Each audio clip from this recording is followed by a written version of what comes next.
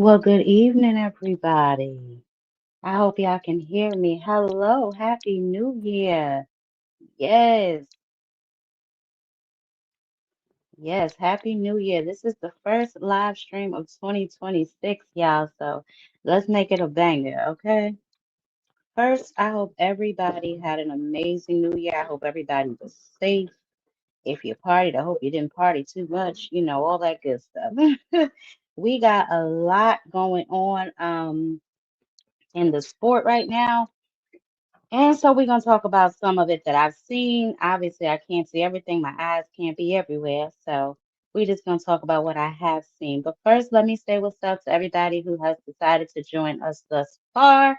And we're going to get into some of this news, some upcoming fights. And yeah, definitely. So what's up, all things? Hey, all things. I hope your New Year was very, very good, and many blessings upon all of us. Financial wealth, health, all of that stuff going into 2026, baby.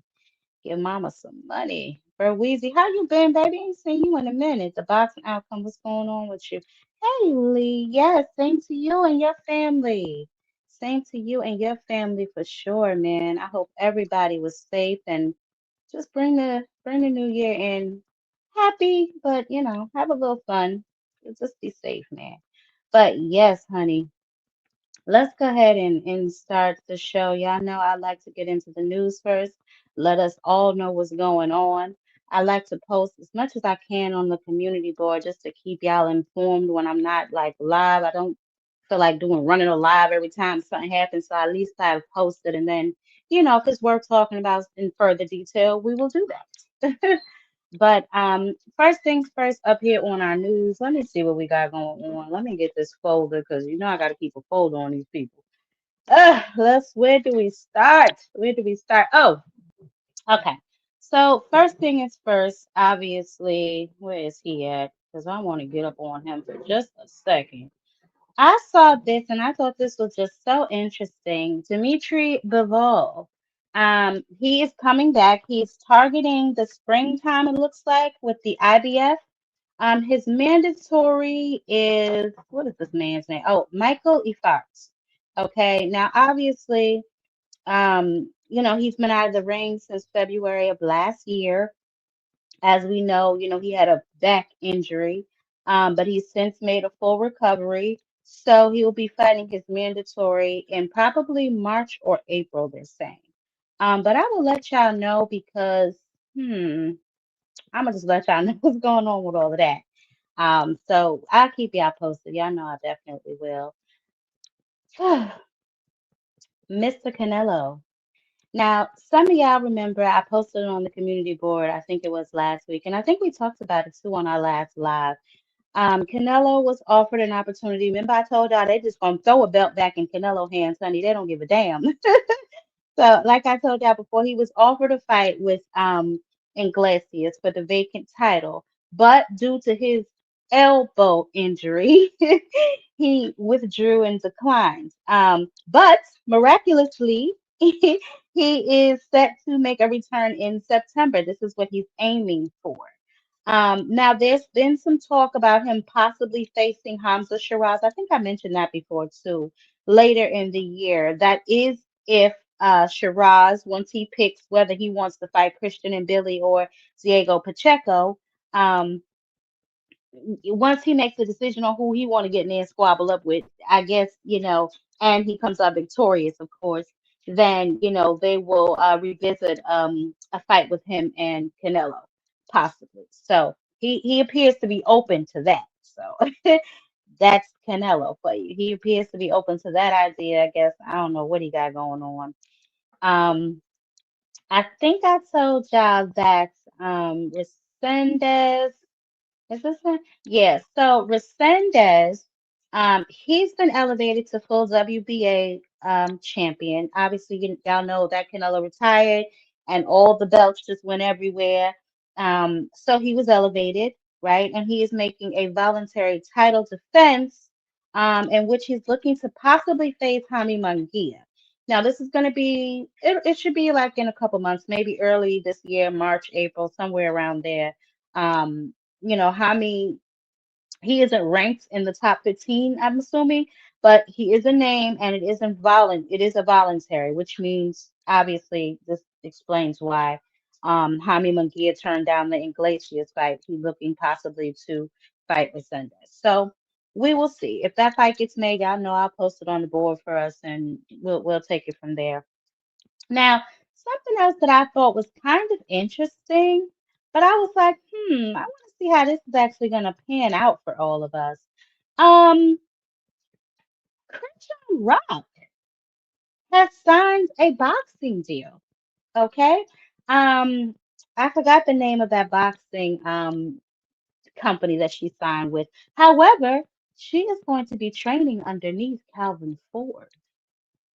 So things may get interesting for some of the women in boxing.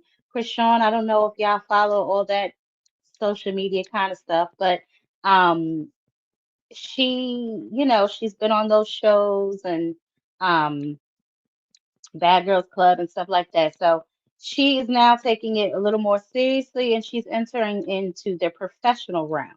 So we will see what Calvin Ford is able to do with her because the girl can definitely scrap.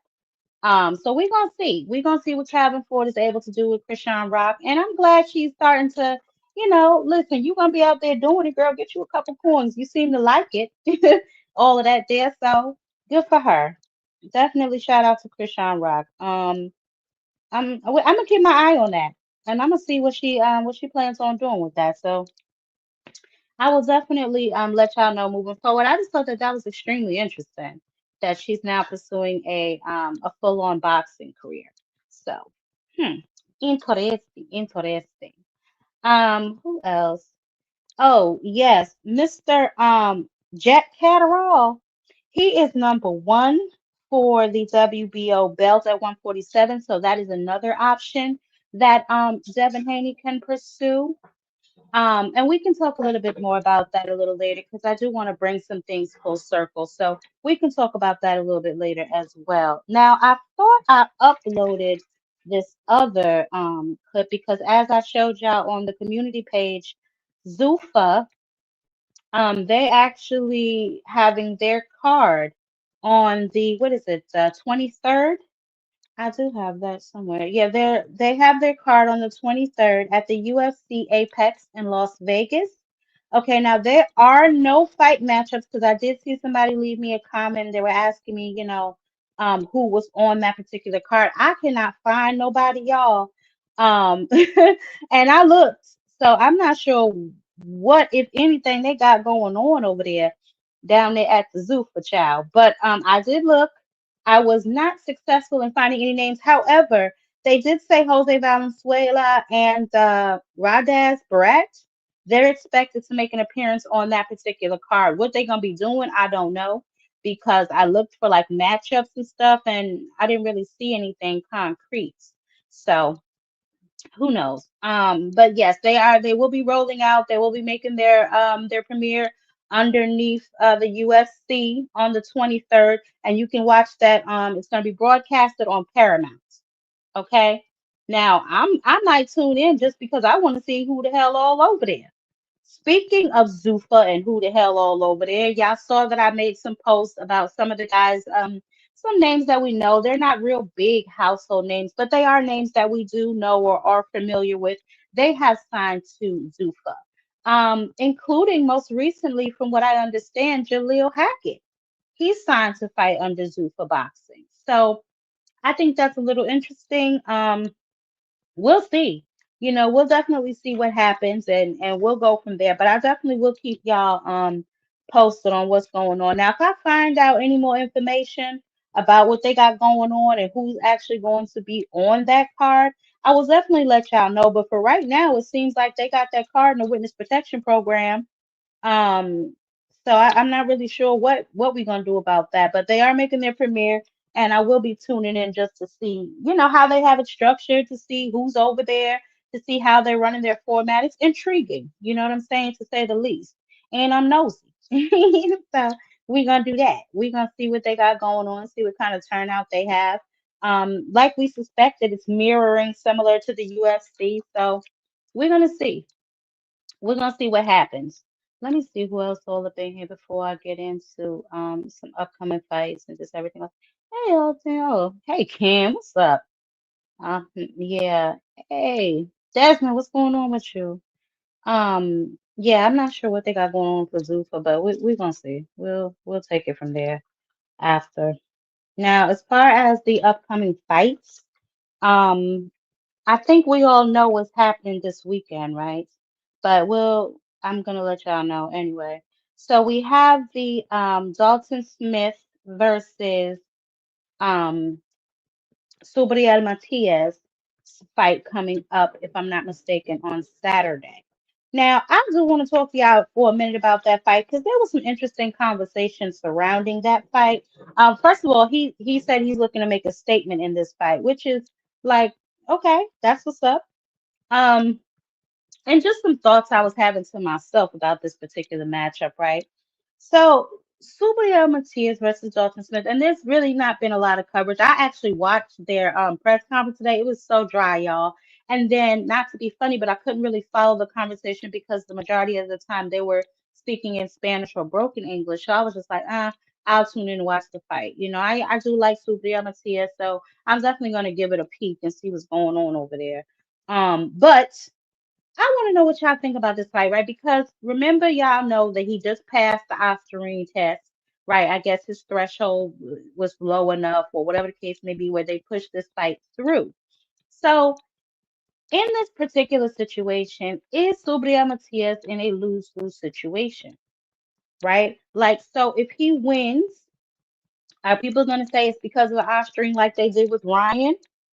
You know, if he struggles and loses, are they gonna say it's because he got busted and what I'm saying, he couldn't get his full strength juiced up or whatever the case may be? I just feel like even though, he was able to be cleared and he was able to move forward with his fight, it's the whispers that are there now. You know what I'm saying? So it's almost like you're gonna be damned if you do, damned if you don't. It's like once you get that jacket on your back, it's really hard to move forward from there.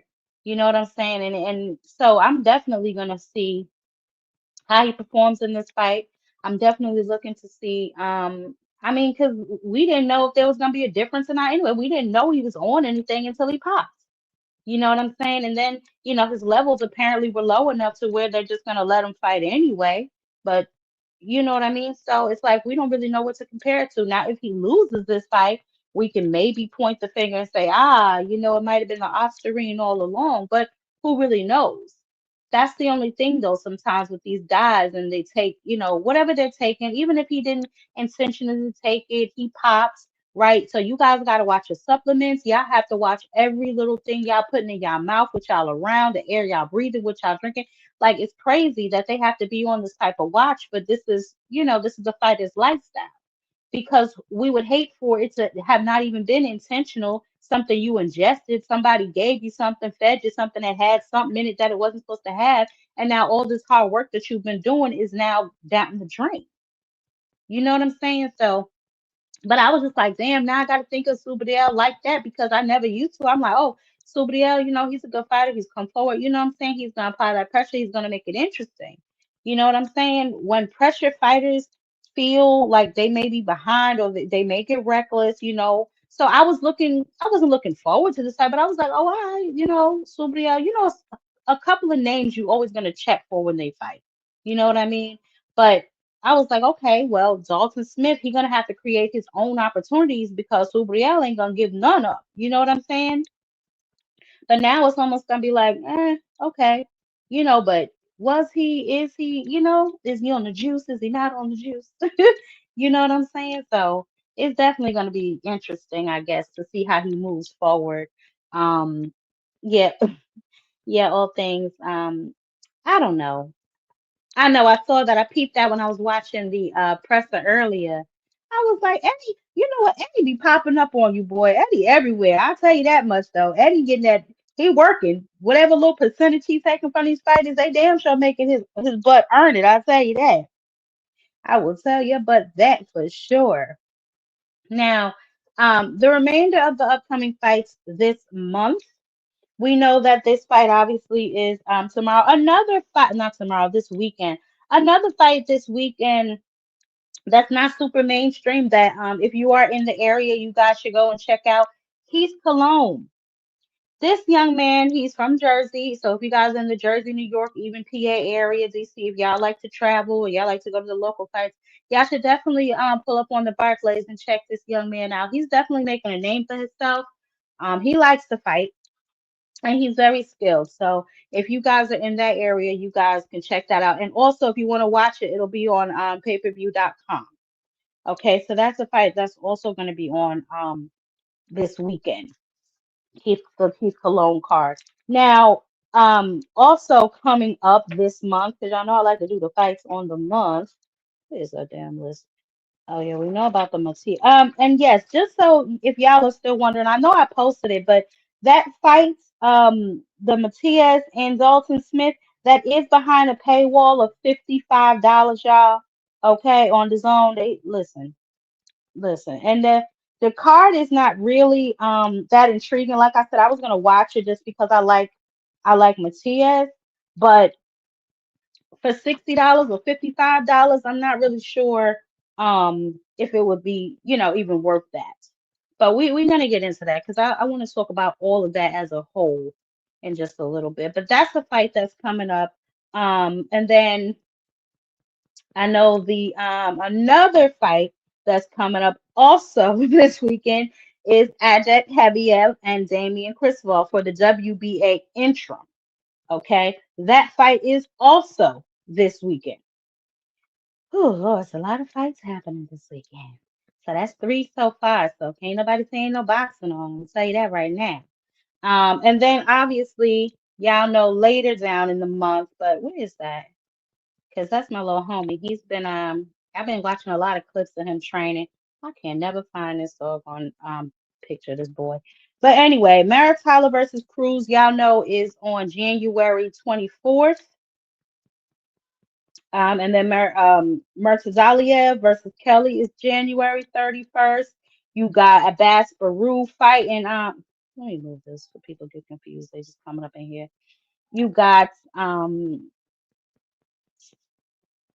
what is oh yeah, you have Abbas Baru and Xander Zayas also fighting on the 31st down in Puerto Rico. Okay. Um, and then obviously we know we have the mainstream card. Um, Teofimo Lopez versus Shakur Stevenson.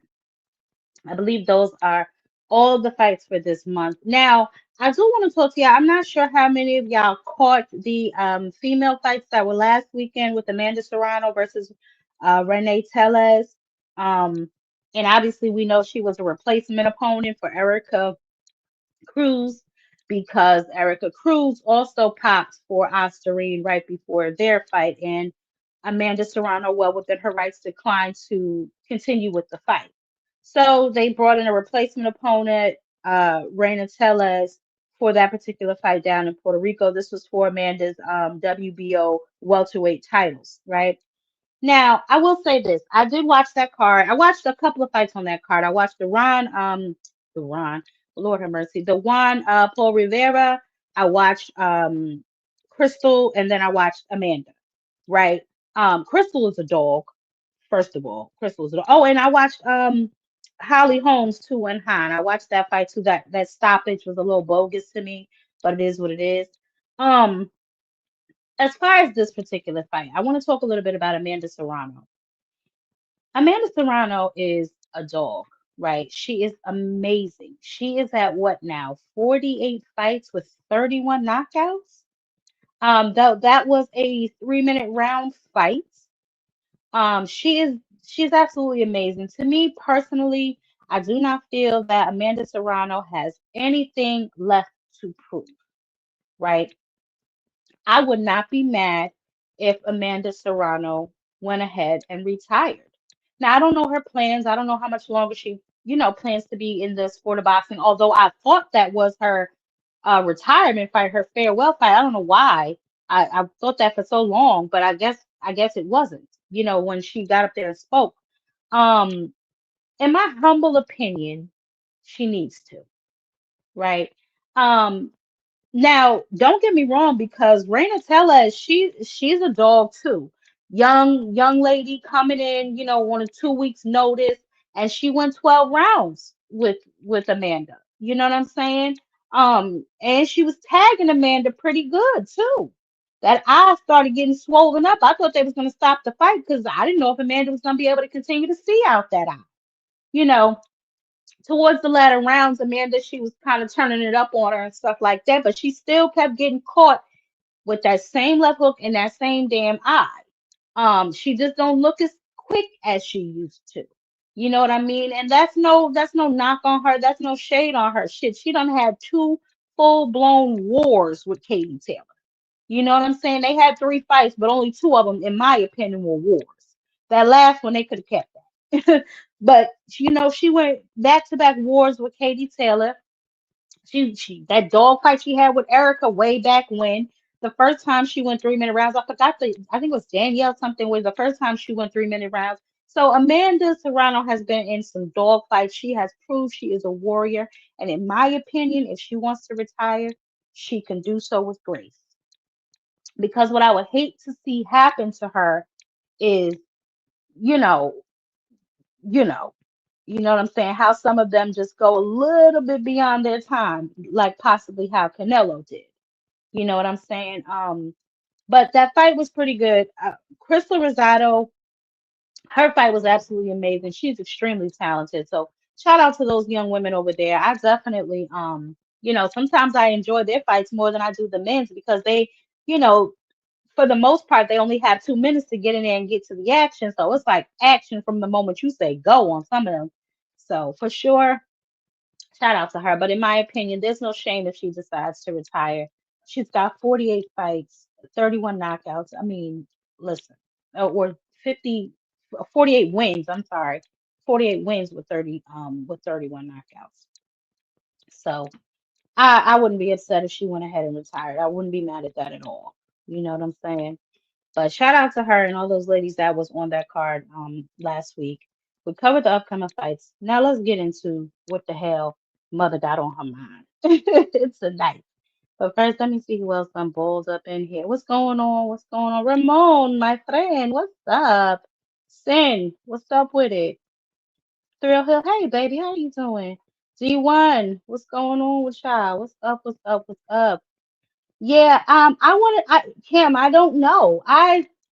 Listen, I went to their website. I went on where I saw it listed, and those were the only two names that I saw, the ones that I told y'all before. They said they're going to be there, but they didn't necessarily say if they were fighting. They didn't say like it was craziness. They didn't say if they was fighting. They just said that they were going to be there. So I don't know what Zuffa got going on. I just know it's going to be at the UFC Apex building, and it will be shown on um, Paramount. Okay, so I do know that, but that's it. The other information was extremely vague. Like they didn't have like who was going to be fighting, any lineups or nothing. I know it starts at what was it, 5 p.m. 5 p.m. But it doesn't say who's all on there. And I looked, I looked because I was like, wait a minute, who over there? Who done snuck over to the Zuffa? But it didn't give me no real details on, who would be actually on the damn card. As like I said, they said Valenzuela and Bertio, whoever the hell that is. You know what I mean? So I don't know. Who the hell knows? Um, what you say? Hold on a second. Trying to find Lee comment. What you say, Lee? Say you heard who was over there? I can't scroll over Lord. Um, if I think you said Valenzuela, yeah, I remember I posted that on the community board. He over there. Hey, Opulent, he over there. I'm just not sure.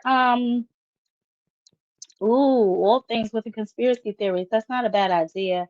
That's not that's not. I don't know. I hope not. I don't know. His levels were low. That's why I said, man, I'm not gonna just run up on him and condemn him. You know what I'm saying, for his low levels. You know what I'm saying? I don't know. Doesn't pay promoters make them lose their money. What's going on, Z1? Doesn't make the promoters lose their money before the fight even takes place, or is Zufa going to succeed? I I mean, it really doesn't matter, C1, if they succeed or not. They're just creating another side of the streets. It's not like they're coming to completely take over boxing that they can't. Many have tried, many have failed. They just don't seem to understand that. And if they want to come in and create, I guess, some more or a different side of the street, keep creating more chaos to me, more power to them. But if I'm being completely honest, from what I hear, that money over there is not really like that. It's not what people may think. This is why some of the bigger names are not flocking over there, the ones that matter anyway. So we don't know. You know what I'm saying? But I mean, listen, if they let them do their little thing with these other fighters that want to participate in their league, we're gonna see how it pans out. Like I said, I am gonna watch it, see what they got going on over there. So, you know what I mean? It's on Paramount, starts at 5. I don't know what all they got going on there. Y'all know Turkey like to do him a concert, child, a partridge in a pear tree. Okay, so we're gonna see what he got going on the 23rd. Again, not listing the fighters is kind of wild. I don't know what type of witness protection nonsense they got going on, but we gonna see. I mean, you can't hide forever. Step into the light, Carolyn. You know how I tell them. So, they want stop being paranoid, babe. They can't take over shit. We good. Stop. They ain't taking over a damn thing, especially if they ain't paying like that. What they taking over? They ain't creating nothing but another side of the streets. That's it. That purse over there, I don't know. I'm starting to hear pennies hit the desk. You know what I'm saying? Before it was paper, now it's pennies. So we'll see. But don't worry about it. We'll get to it. Don't worry. We'll talk about it a little later. Now, since we are talking about Subria Matias and everything that he may have going on, um, with that whole Ostarine thing, and since we're talking about Ostarine, child, let's talk about Ryan. Now, I'm sure a lot of y'all have saw Ryan's video of him taking his lie detector test. I guess he was streaming, and Ryan, he's getting good at this whole streaming thing. He's making him some money on the YouTube. These pesky YouTubers, that's what they say, but yet here they come. That's neither here nor there though. But I'm gonna play this and then we're gonna talk about what this means, if anything. The easiest fight.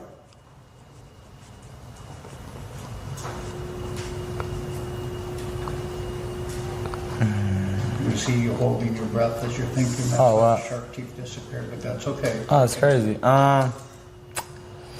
has to be one of my first fights. True. That's it, yeah. Okay. Was Devin Haney a hard fight? No. True. Did you cheat during the Devin Haney fight? No. True. Okay. Okay. Do you think I'm a decent boxer for a streamer? No. Child, things is heating up. Child, things is heating right on up, ain't they? Whew. Okay. Well, obviously that's the only part of his little video that I care anything about. So I want to talk about a few things when it comes to that lie detector.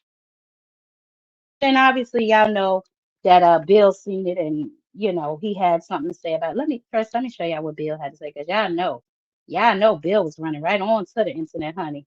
He was not gonna play with y'all or let y'all even think that that was okay. But so the lie detector test, right?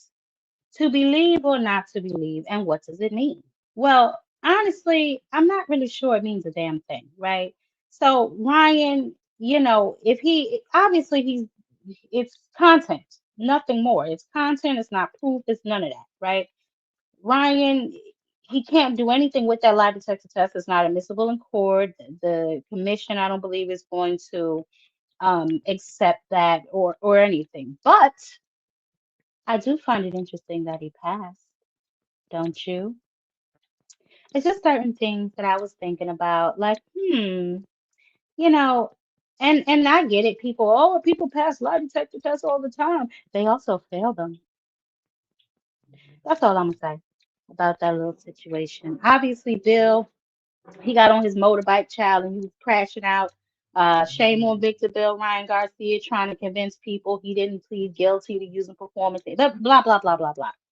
Now, here's the ironic thing about this, right? Yes, Ryan, this is content now, and he didn't make up the questions. People were asking him, and if I was in the chat, that's a question I probably would have asked him because that's been a question that has been circulating for a long time, even though Ryan pled guilty to whatever the hell he pled guilty for. That has still been the topic of discussion for well over a year now. We over a year now, people are still talking about this.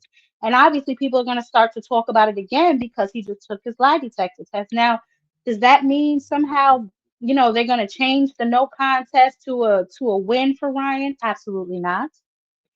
He can't take that to court. Like I said, he can't really do anything with that except self-vindication. You know, I would like just to, if we can, move the hell on past that. If we can get a rematch between Ryan and Devin, that would be great, you know. And we'll see what happens outside of that. I know that Devin is now soul searching for a new opponent. And we're going to get into a little bit of him in a minute. I just wanted to talk a little bit about the Ryan situation because I thought it was interesting that he actually passed. Um, and also because Ryan has a fight coming up. As we know, he has a fight coming up with Mario Barrios next month. Now, people are in a bit of a tizzy with Ryan, and it looks like they're a little bit upset with the sanctioning bodies as well, because Ryan is getting a title shot despite three losses in a row. The no contest, the loss to Javante Davis, and then we just saw that Rolly, he lost to Rolly. And this is going to tie into a conversation that we're going to have a little deeper detail a little later, but we're going to talk a little bit about marketability, right? And so if some of y'all are upset why Ryan keeps getting chance after chance and throw everything to the wind and all rules be damned, it is because Ryan is marketable. It is because Ryan Garcia has a fan base that can bring him money to an event. Okay, the sanctioning bodies, as we know, they want their fee, baby. So if they got to tuck Ryan ass in a position to get him a title shot, whoever wins, and it's gonna grow the event because Ryan has his own core fan base. It's a win-win for the commissioners. It's a win-win for Golden Boy if Ryan wins. Ryan will finally be a champion, and we can move forward from there. Then, if y'all want to act like a unification fight between Devin and Ryan is needed in order for that fight to take place, whatever other hurdles and hoops y'all want people to jump through just to get that fight, let's get it.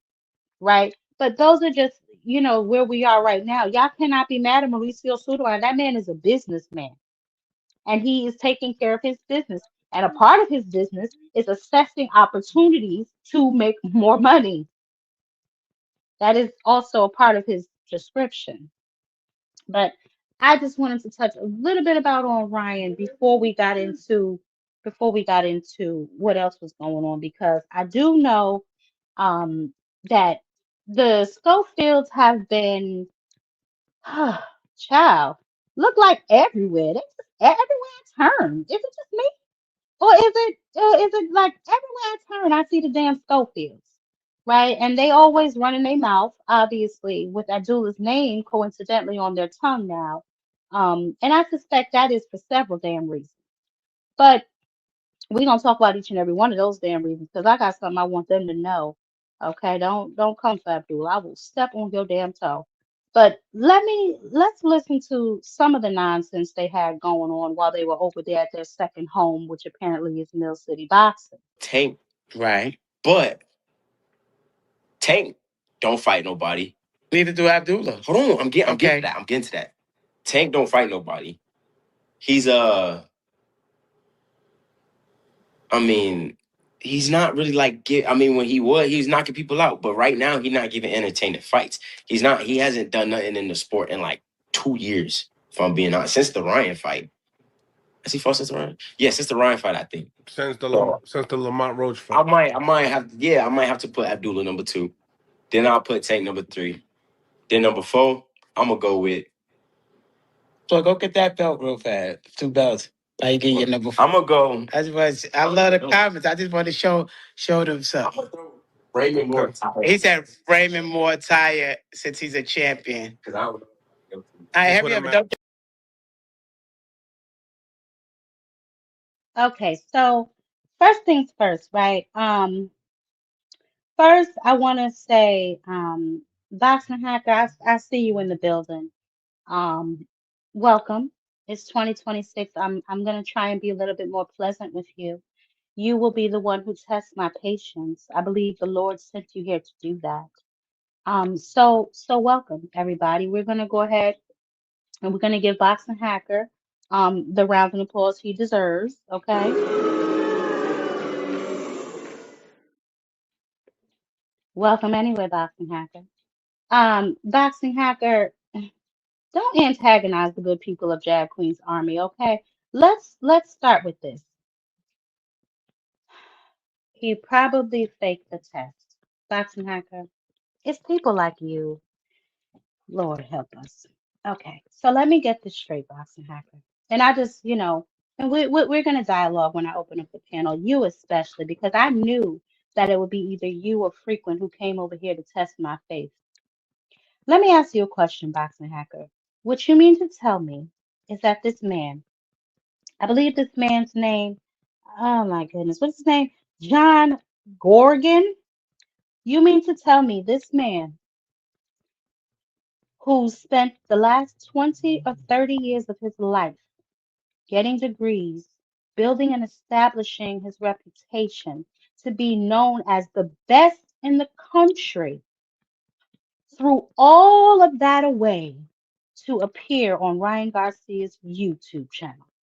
Is that what you would have me to believe, Boxing Hacker? Hmm? Yet, Victor Conti, God rest his soul, maybe, who had no one's credentials, who went to no one's school except Yale University, who will take you in the back alley and draw your blood just 'cause, y'all will believe him, right? So you mean to tell me Vada, that's associated with Victor Conti, who is associated with a lot of things back in the day since you claimed that you saw the documentary. I'm not going to go down his whole little dirty resume.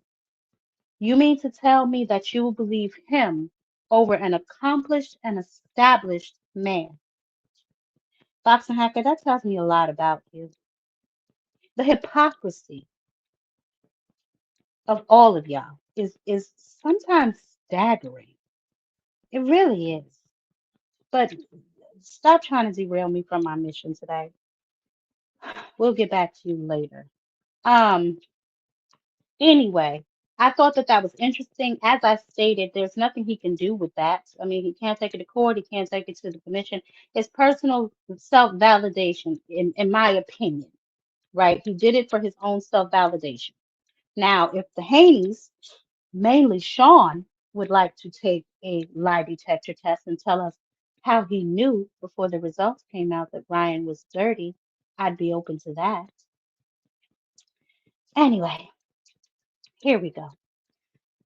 Actually, Boxing Hacker, he passed all of them up until what, the one up, you know what? I'm not gonna do you, Hacker. We'll deal with you later, baby, when we open the panel. Y'all don't nobody boot him, let him stay and just live his little life. Okay? We'll deal with Hacker when the time comes for us to deal with Hacker. Now, we're gonna continue because right now we were talking about marketability. Boston Hacker, you're welcome to stay because we're going to talk about Devin's marketability in just a second. But as y'all can tell by the thumbnail, we're really talking about the marketability of the guys in the main event January 31st. But since we were just talking about Ryan, I guess it's only fitting that we continue to talk about Devin. Um, Devin Haney is juggling a few names for his next fight.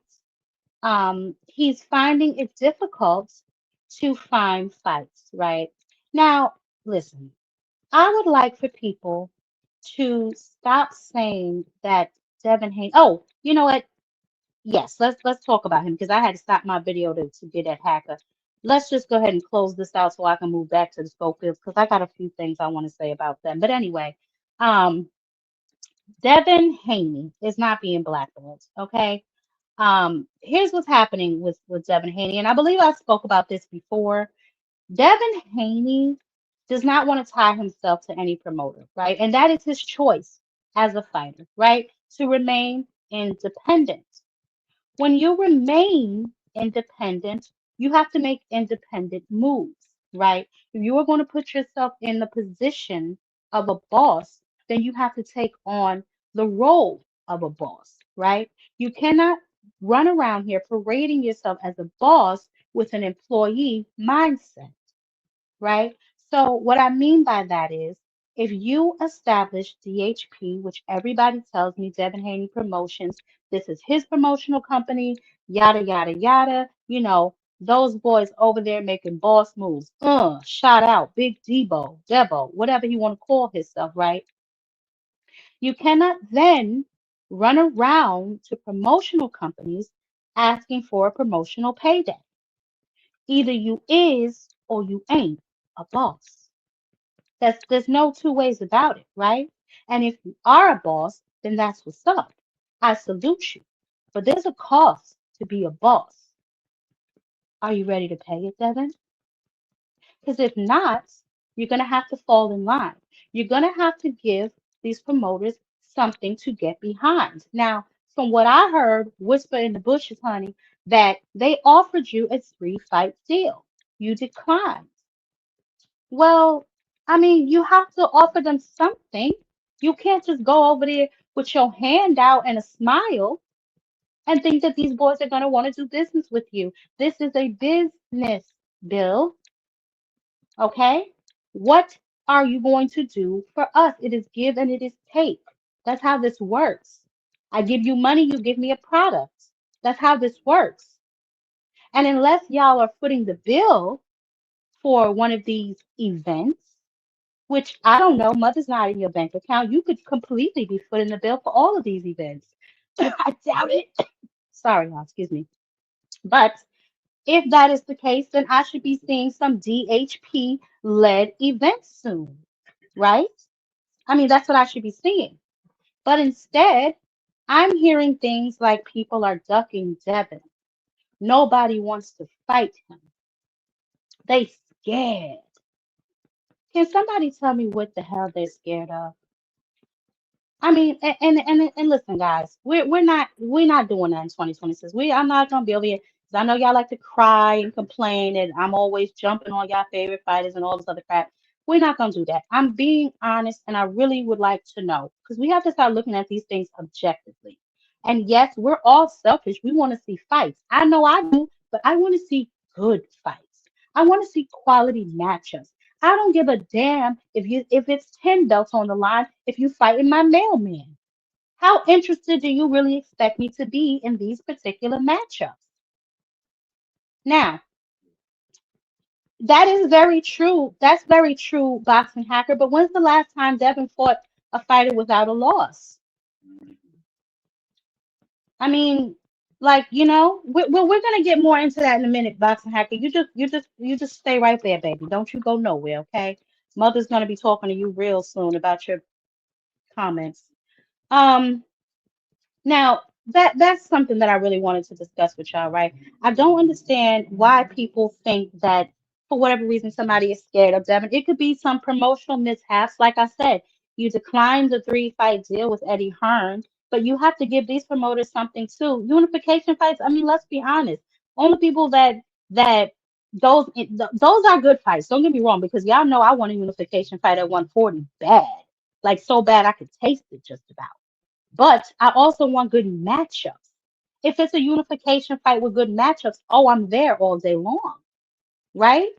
But if you're going to tell me it's just a unification fight and you fighting Joe Blow from down the block, eh, how much weight does that really hold with you guys?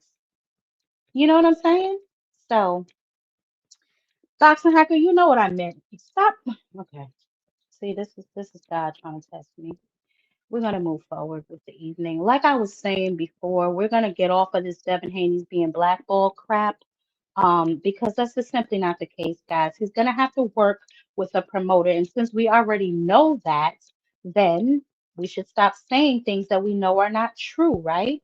Like moving forward in 2026, can we kind of start making the truth a part of our vocabulary? That's the only way this thing is gonna work. There's just certain things that just aren't true, and I get it. Sometimes you have to create a narrative in order to push your favorite fighter to whatever point you want him to be. But then when they get dispelled, y'all niggas start crashing out. It's like it's almost sad to watch. But anyway, I want to get back to these people because these are really the truly insane people that I want to talk about. And then we're going to get into where y'all can go and get y'all hundreds of thousands of tickets that are left for the fight on the 31st. But let's get back into him. Tank, right? But Tank don't fight nobody. Neither do Abdullah. Hold on, I'm getting to that. I'm getting to that. Tank don't fight nobody. He's I mean, he's not really like I mean, when he was knocking people out, but right now he's not giving entertaining fights. He's not. He hasn't done nothing in the sport in like 2 years. If I'm being honest, since the Ryan fight. Has he fought since the Ryan? Yeah, since the Ryan fight, I think. Since the Lamont Roach fight. I might have to put Abdullah number 2. Then I'll put Tank number 3. Then number 4, I'm gonna go with. So go get that belt real fast. 2 belts. Now you get your number 4. I'm gonna go. I love the comments. I just want to show them something. Raymond Moore. He said Raymond Moore tired since he's a champion. Because I would. All right, hurry up. Don't So here's my thing, guys.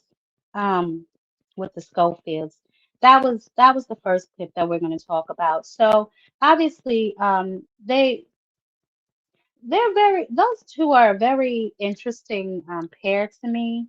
You don't even know when the last time the man fought, but yet you over here kicking his back in. And then the audacity to him to say that he hasn't fought anybody when you pulled out of your last 2 fights. Now, from what I understand, that fight has been rescheduled with him and Jojo Diaz, and y'all know when it gets official again, I will let us know, and we'll talk about that fight when it gets made again. But the audacity of some people, right? The sheer gall of certain people to be running around here talking about who somebody ain't fought and who they have fought, which is just mm, okay. We're gonna get into the clout chase race in just a minute between him and whoever the hell else he got over there in his mind, his daddy. But here's what also he had going on when he talked about this fight that's coming up on the 31st. But yo, Shakur. Anyway, off of Shakur. Shakur ain't like that, man. Yeah, He's not like is that. crazy. I didn't know he had a weight. That's smart for him, though. But He yo, need a him weight fighting clause. Teal, he trying to show that he like that though. By putting a weight By clause. putting a weight clause? No, there's no Man. weight clause for Teal. There's at 40. We Okay. talking about 47. At 47, he thinks that he's more of a 135 pounder. That's what he said. That's an excuse, and that would be his excuse when he lose. That I'm smaller. This wasn't really my class. All of that. He just as big as all of them. He was sparring them. Say, you look at them when they were sparring. They all the same size. He bigger than most of them. He bigger than Tank. Like, come on now. Now all of a sudden he acting like he the small dude. Get out of here. He coming in 155, 160. It's damn near himself. What is he talking about? It's crazy, but that's boxing. So do you feel like the fight won't happen now? Well, who? Him and Devin? Yeah. Who care about that boring fight? That fight will be boring. Who care about that boring Mill, fight? you don't think that fight? I like real fights. I like technical fight, but not scary technical fights. Not one of them will bleed with a eye swelled up or nothing. You see their fights, man. Nobody like a huge puncher. That's why I said it would be a boring fight. Now that, hey, that's subjective, and you can agree or disagree with that particular fight. I think somebody would at least get scratched. I don't know. But I saw this as well that really it just kind of sent me over the top. He wants to fight Abdullah Mason now, right? Now, y'all remember last year when he was asking for that, what was it, 2.5 million to fight Abdullah Mason? He done bumped it up, child. That thing want now 10 million. Okay. Now he's calling for an Abdullah Mason fight. He's still out here talking about he want to fight Shakur. And you know what? As a young fighter, I can respect that. But when an ask outruns the matchup realistically, neither one of them would gross the kind of money that he's looking for to fight Abdullah Mason. Okay. Now that's not a shot at them. That's just doing the damn math. Abdullah Mason, he's on the rise. You know, Kid Schofield, some may say he's on the rise. I don't think so. What I think is that he did not take advantage of the momentum he had after that Tevin Farmer fight. Okay, the Jojo Diaz fight was scheduled a little late, but it was still a little steam there. But you can't be running around here talking about you want to fight Abdullah, you want to fight Shakur. You had the opportunity to fight Shakur. Not to say they can't revisit that, but stop talking as if you never got the opportunity because it was there. You asked for it and you got it almost immediately, too, I might add. But that's another story for another day. It's just interesting how quickly that fight got made. But nevertheless, what I want to say is this. Kid Schofield, although he is a decent boxer, what has he really done in the sport of boxing to be demanding, commanding $10 million for Abdullah Mason? And y'all know this is like my biggest pet peeve when people run around here hitching their name to another fighter instead of getting it out the mud. Do your own hard work, put on your own performances, and let people call your name. Let the people call for this matchup. What y'all are out here right now doing is pathetic. It's pathetic. You lying on one fighter, claiming none of these fighters want to fight you. Well, why don't you take your ass on somewhere and retire? Since you claiming nobody don't want to fight you. How about the fights that are made? How about you show up? And then we can determine if somebody will fight you or not, right? I don't know. He's just a very, and his relationship with his father is extremely interesting to me. I don't know. But anyway, that's one thing that I wanted to really kind of just the audacity of him and his damn daddy. Some of the things that he said, I don't really have a problem with, but some of them are just flat out crazy. Now you run around here, you want $50 million to fight Abdullah Mason. Your deal with Golden Boy is not worth that damn much. You only signed a $5 million deal with Golden Boy for unlimited damn fights. They could send your ass to go bare knuckle brawl some damn where. But now you want $10 million, $50 million for Abdullah Mason and Shakur Stevenson? When your deal is only worth 5 million and you're not going to pull nowhere near that much with unfortunately no disrespect either of those names. Not right now. Shit, not ever. Half of these events that are being put on right now are not making that much money. And it's caused in part to antics like this. Now in 2026, y'all, I want to see good matchups. We get a lot of unifications, cool, but I'm about the matchups. Fight somebody who at least has a chance to whoop. Get me interested, get me invested. Which brings us to our final topic of the evening, right? Um, this. Now, I know a lot of y'all say that I hate on Shakur. I mean, listen, tomato, tomato, niggas. Okay. I try to tell the truth as much as I possibly can. Is it a little disdain in my voice sometimes? Yes. I am human. Yes. Okay.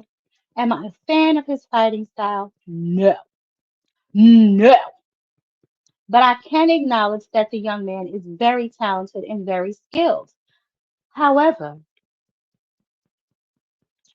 talented and skilled unfortunately do not translate into ticket sales.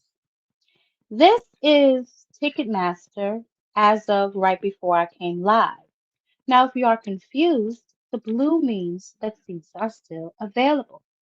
Now, this was on Ticketmaster, right? And just so that mother is thorough, she went to another site. I believe this is SeatGeek.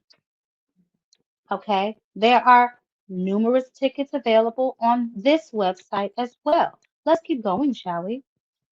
I also went to Vivid Seats. StubHub, and the same remains. Now, for a fight that is taking place at the end of this month, there should not be this amount of tickets available. The purple are seats that are still available. Now, listen, is this a fight taking place at the end of the month with two names? Yes. Is this a fight at the end of the month with two really skilled boxers? Yes, it is.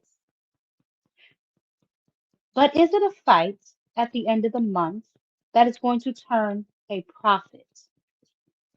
No, it's not. As skilled as Shakur is, as skilled as Teofimo is, this matchup, unfortunately, monetarily, is not going to make a lot of money because neither of these gentlemen have the fan base that is going to draw a lot of money. Okay. Now, people may say, oh, no one's going to go to the arena. They're going to buy the pay-per-view. Uh, if the tickets aren't moving, that's not a really good sign, right? Now, I know for some of y'all thinking somebody made that up, whatever the hell y'all want to do. I have taken the liberty to pull up the site right now that I have went on before I came live, just to show y'all in HD how many tickets are available on each site.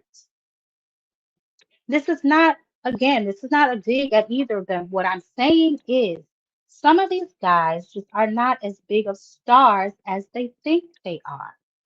And some of that is in part due to the matchups that they select. Okay. I know that some of these promotional companies, I know sometimes they be effing up too, right? Like, where's the money for the Virgil and the Boots fight? Right? Like, so I get that, right? But some of these gentlemen are out here, for instance, Richardson Hitchens. Yes, he had a really good win over Cambosis, right? But let's not act like you beat some star-studded gorilla. Cambosis had already been beaten pillar to post two times, you know what I'm saying, by the same person, Devin Haney. Now, yes, you did stop him early, and Devin went the distance, but both of y'all beat him. So out here acting like people gotta bow down to you for whatever reason just to get a fight with you. That is why a lot of boxing is stalling, guys, because we have a lot of prima donnas running around here. Now, there was several unification fights that Richardson Hitchens could have made at 140 pounds, and Teofimo Lopez asked too. He ain't exempt. He is the main one running around here acting like he is something that he is not because he beat Loma in what, 2023? My boy, what have you done for me lately? But then they want to charge us this money for pay-per-views, which I don't have no problem with paying for pay-per-views if it's a matchup that I want to see. Give me good matchups and you can take my money all day long. But don't charge me 40, 50, 60, $70 and feed me one good name with a prospect or one good name and my garbage can worker. Stop doing that to us. And then on top of that, there's no real promotion for this fight. These two, I guess, are doing the best that they can. Shakur has his blog going on. Tio is, I don't know what the hell Teofimo Lopez doing, but I'm talking about from the promoters, from just a branding standpoint of where is the promotion for this particular matchup that y'all want to tell me is a great matchup, a great fight, a great card. Where is the promotion? I see them individually promoting their fights, but it has to be a collective if you want it to succeed. And I just don't feel like we're getting that. On top of that, these boys, I'm sure they're being paid really good money. They over there fighting with Turkey, but they're not even going to bring back half of what they've been paid out. So where will that leave the people that come behind them when they come looking for big bags? The ones that do want to get in there with competition that they can really get at it with. Like, be honest with yourselves. Which one of them have been in a fight in their last two or three fights that they were favored to lose? I know some of y'all are saying this is a 50-50 matchup, and you know what? I want to believe y'all. I really do. I want to see this be a really good competitive fight, but I just personally don't think it will be. Shakur is extremely technical. Okay. Teofimo is technical. Neither one of them really likes, they're both counterpunchers. It's going to be, hopefully it turns out to be a good fight. But from what I can see, it's going to be a game of tag, you're it. And this is probably why the ticket sales are not what people think that they were going to be. Just because they're your favorite fighter doesn't mean that they're going to sell out an arena or even that they can. It has to be some sort of drawing power. There has to be either two really, really good fighters, and they are, but apparently that's not translating to money. What we talk about on the internet doesn't translate to ticket sales, guys.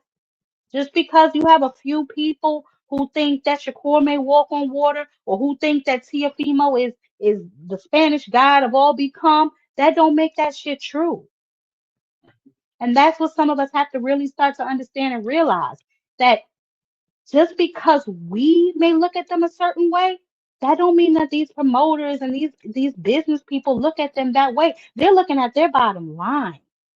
And the bottom line is these tickets not moving, baby. So all of y'all that want to run up on my page and scream underneath all my posts and everything else, run your ass on down to the Ticketmaster, run your ass on down to the stadium and purchase a ticket and help these young men out because they're getting ready. And it's not obviously it's not going to be empty, but the tickets, as I said, there are just a lot of tickets left for a fight that takes place in what, 2, 3 weeks? So, I mean, who knows? It could pick up, but as of right now, if we had 2 stars, then, okay, Jamie. Jamie is one of the people who think that this is a 50-50 fight. You know what, Jamie? Well, I don't know if you click links, but I was gonna say I'm gonna drop the link and you can come up here and tell me what you think makes it a 50-50 fight. But I'm gonna let y'all come talk y'all crap in just a second. I just wanted to get through that. Again, I'm not trying to say that, neither one of these guys can box because we both know they can. You know what I'm saying? Like, obviously, Teofimo, he did shock the world when he beat Loma. He is a good boxer. My problem with Teofimo Lopez is he's so sporadic with it. You just never know which Teo that you're gonna get.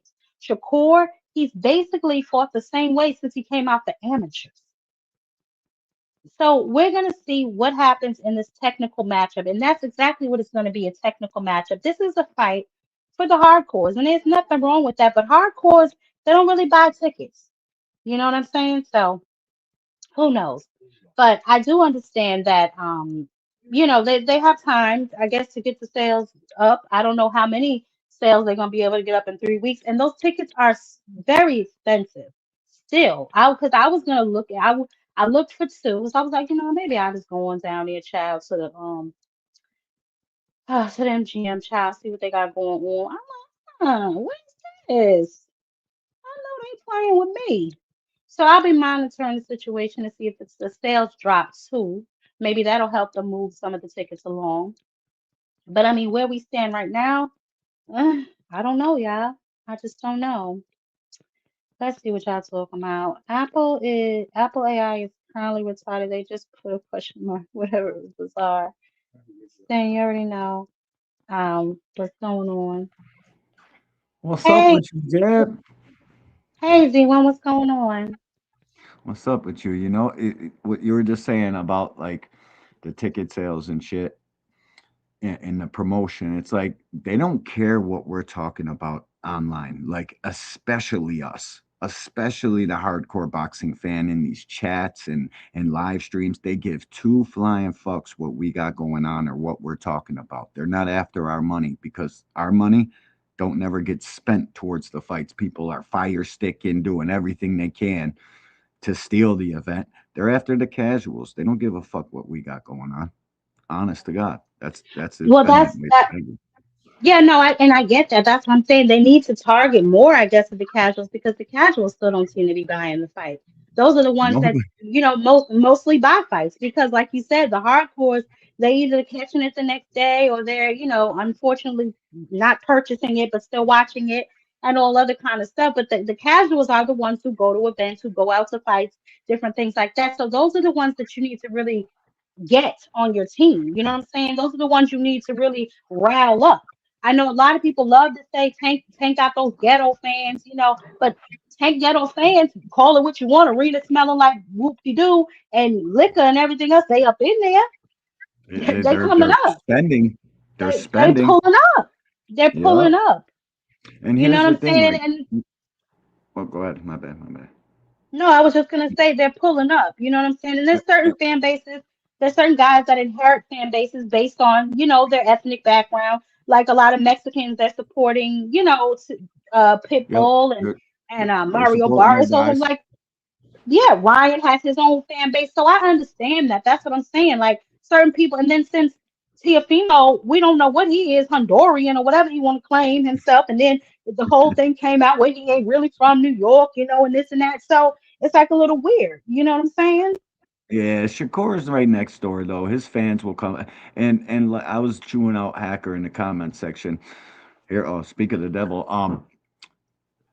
Core will sell tickets last minute. Like the guys will come over from Jersey and shit and come spend couple dollars and go watch his fight. But here's the thing: once you get the casuals' attention on this fight, is it a good thing to go out there and put on a stinker?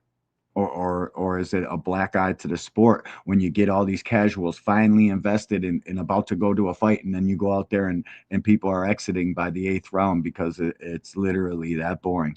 Nobody likes to watch a faint fest. I think it's bad for the sport. Like honestly, this could go bad. I don't care who's fighting, what their names are. If both main event, co-main, and main event are stinkers, that shit gives the sport a black eye. Honest to God, it does. I have to Yeah. disagree. I think those guys are. I don't know, people have this weird conception that it's gonna be a boring fight. I think it's gonna be a really exciting fight, to be honest with you. It's not a I Really? think Why you conception. think so? Why you think so, Hacker. Hacker? because you have two Uh, guys who are very high level, and and highly competitive. People look at Shakur and they say, "Oh, he doesn't throw a lot of Sexy punches. He's a Kendra, runner, what's up this and with you, that." baby? Hold But if on, you really hold on, okay, go Boxing ahead. Hacker. 1 second, baby. I'm sorry. What's Yeah. up, Sexy Kendra? How you doing, baby? Y'all make sure y'all smash the like button as y'all come up in here. Go ahead, Boxing Hacker. I'm sorry. Yeah, if Finish. you really look at Shakur's fight, the majority of the fight, he's always letting his hands go, and Tio will wreck too. I don't think they're gonna fight for real. I think it's gonna be way better than people expect.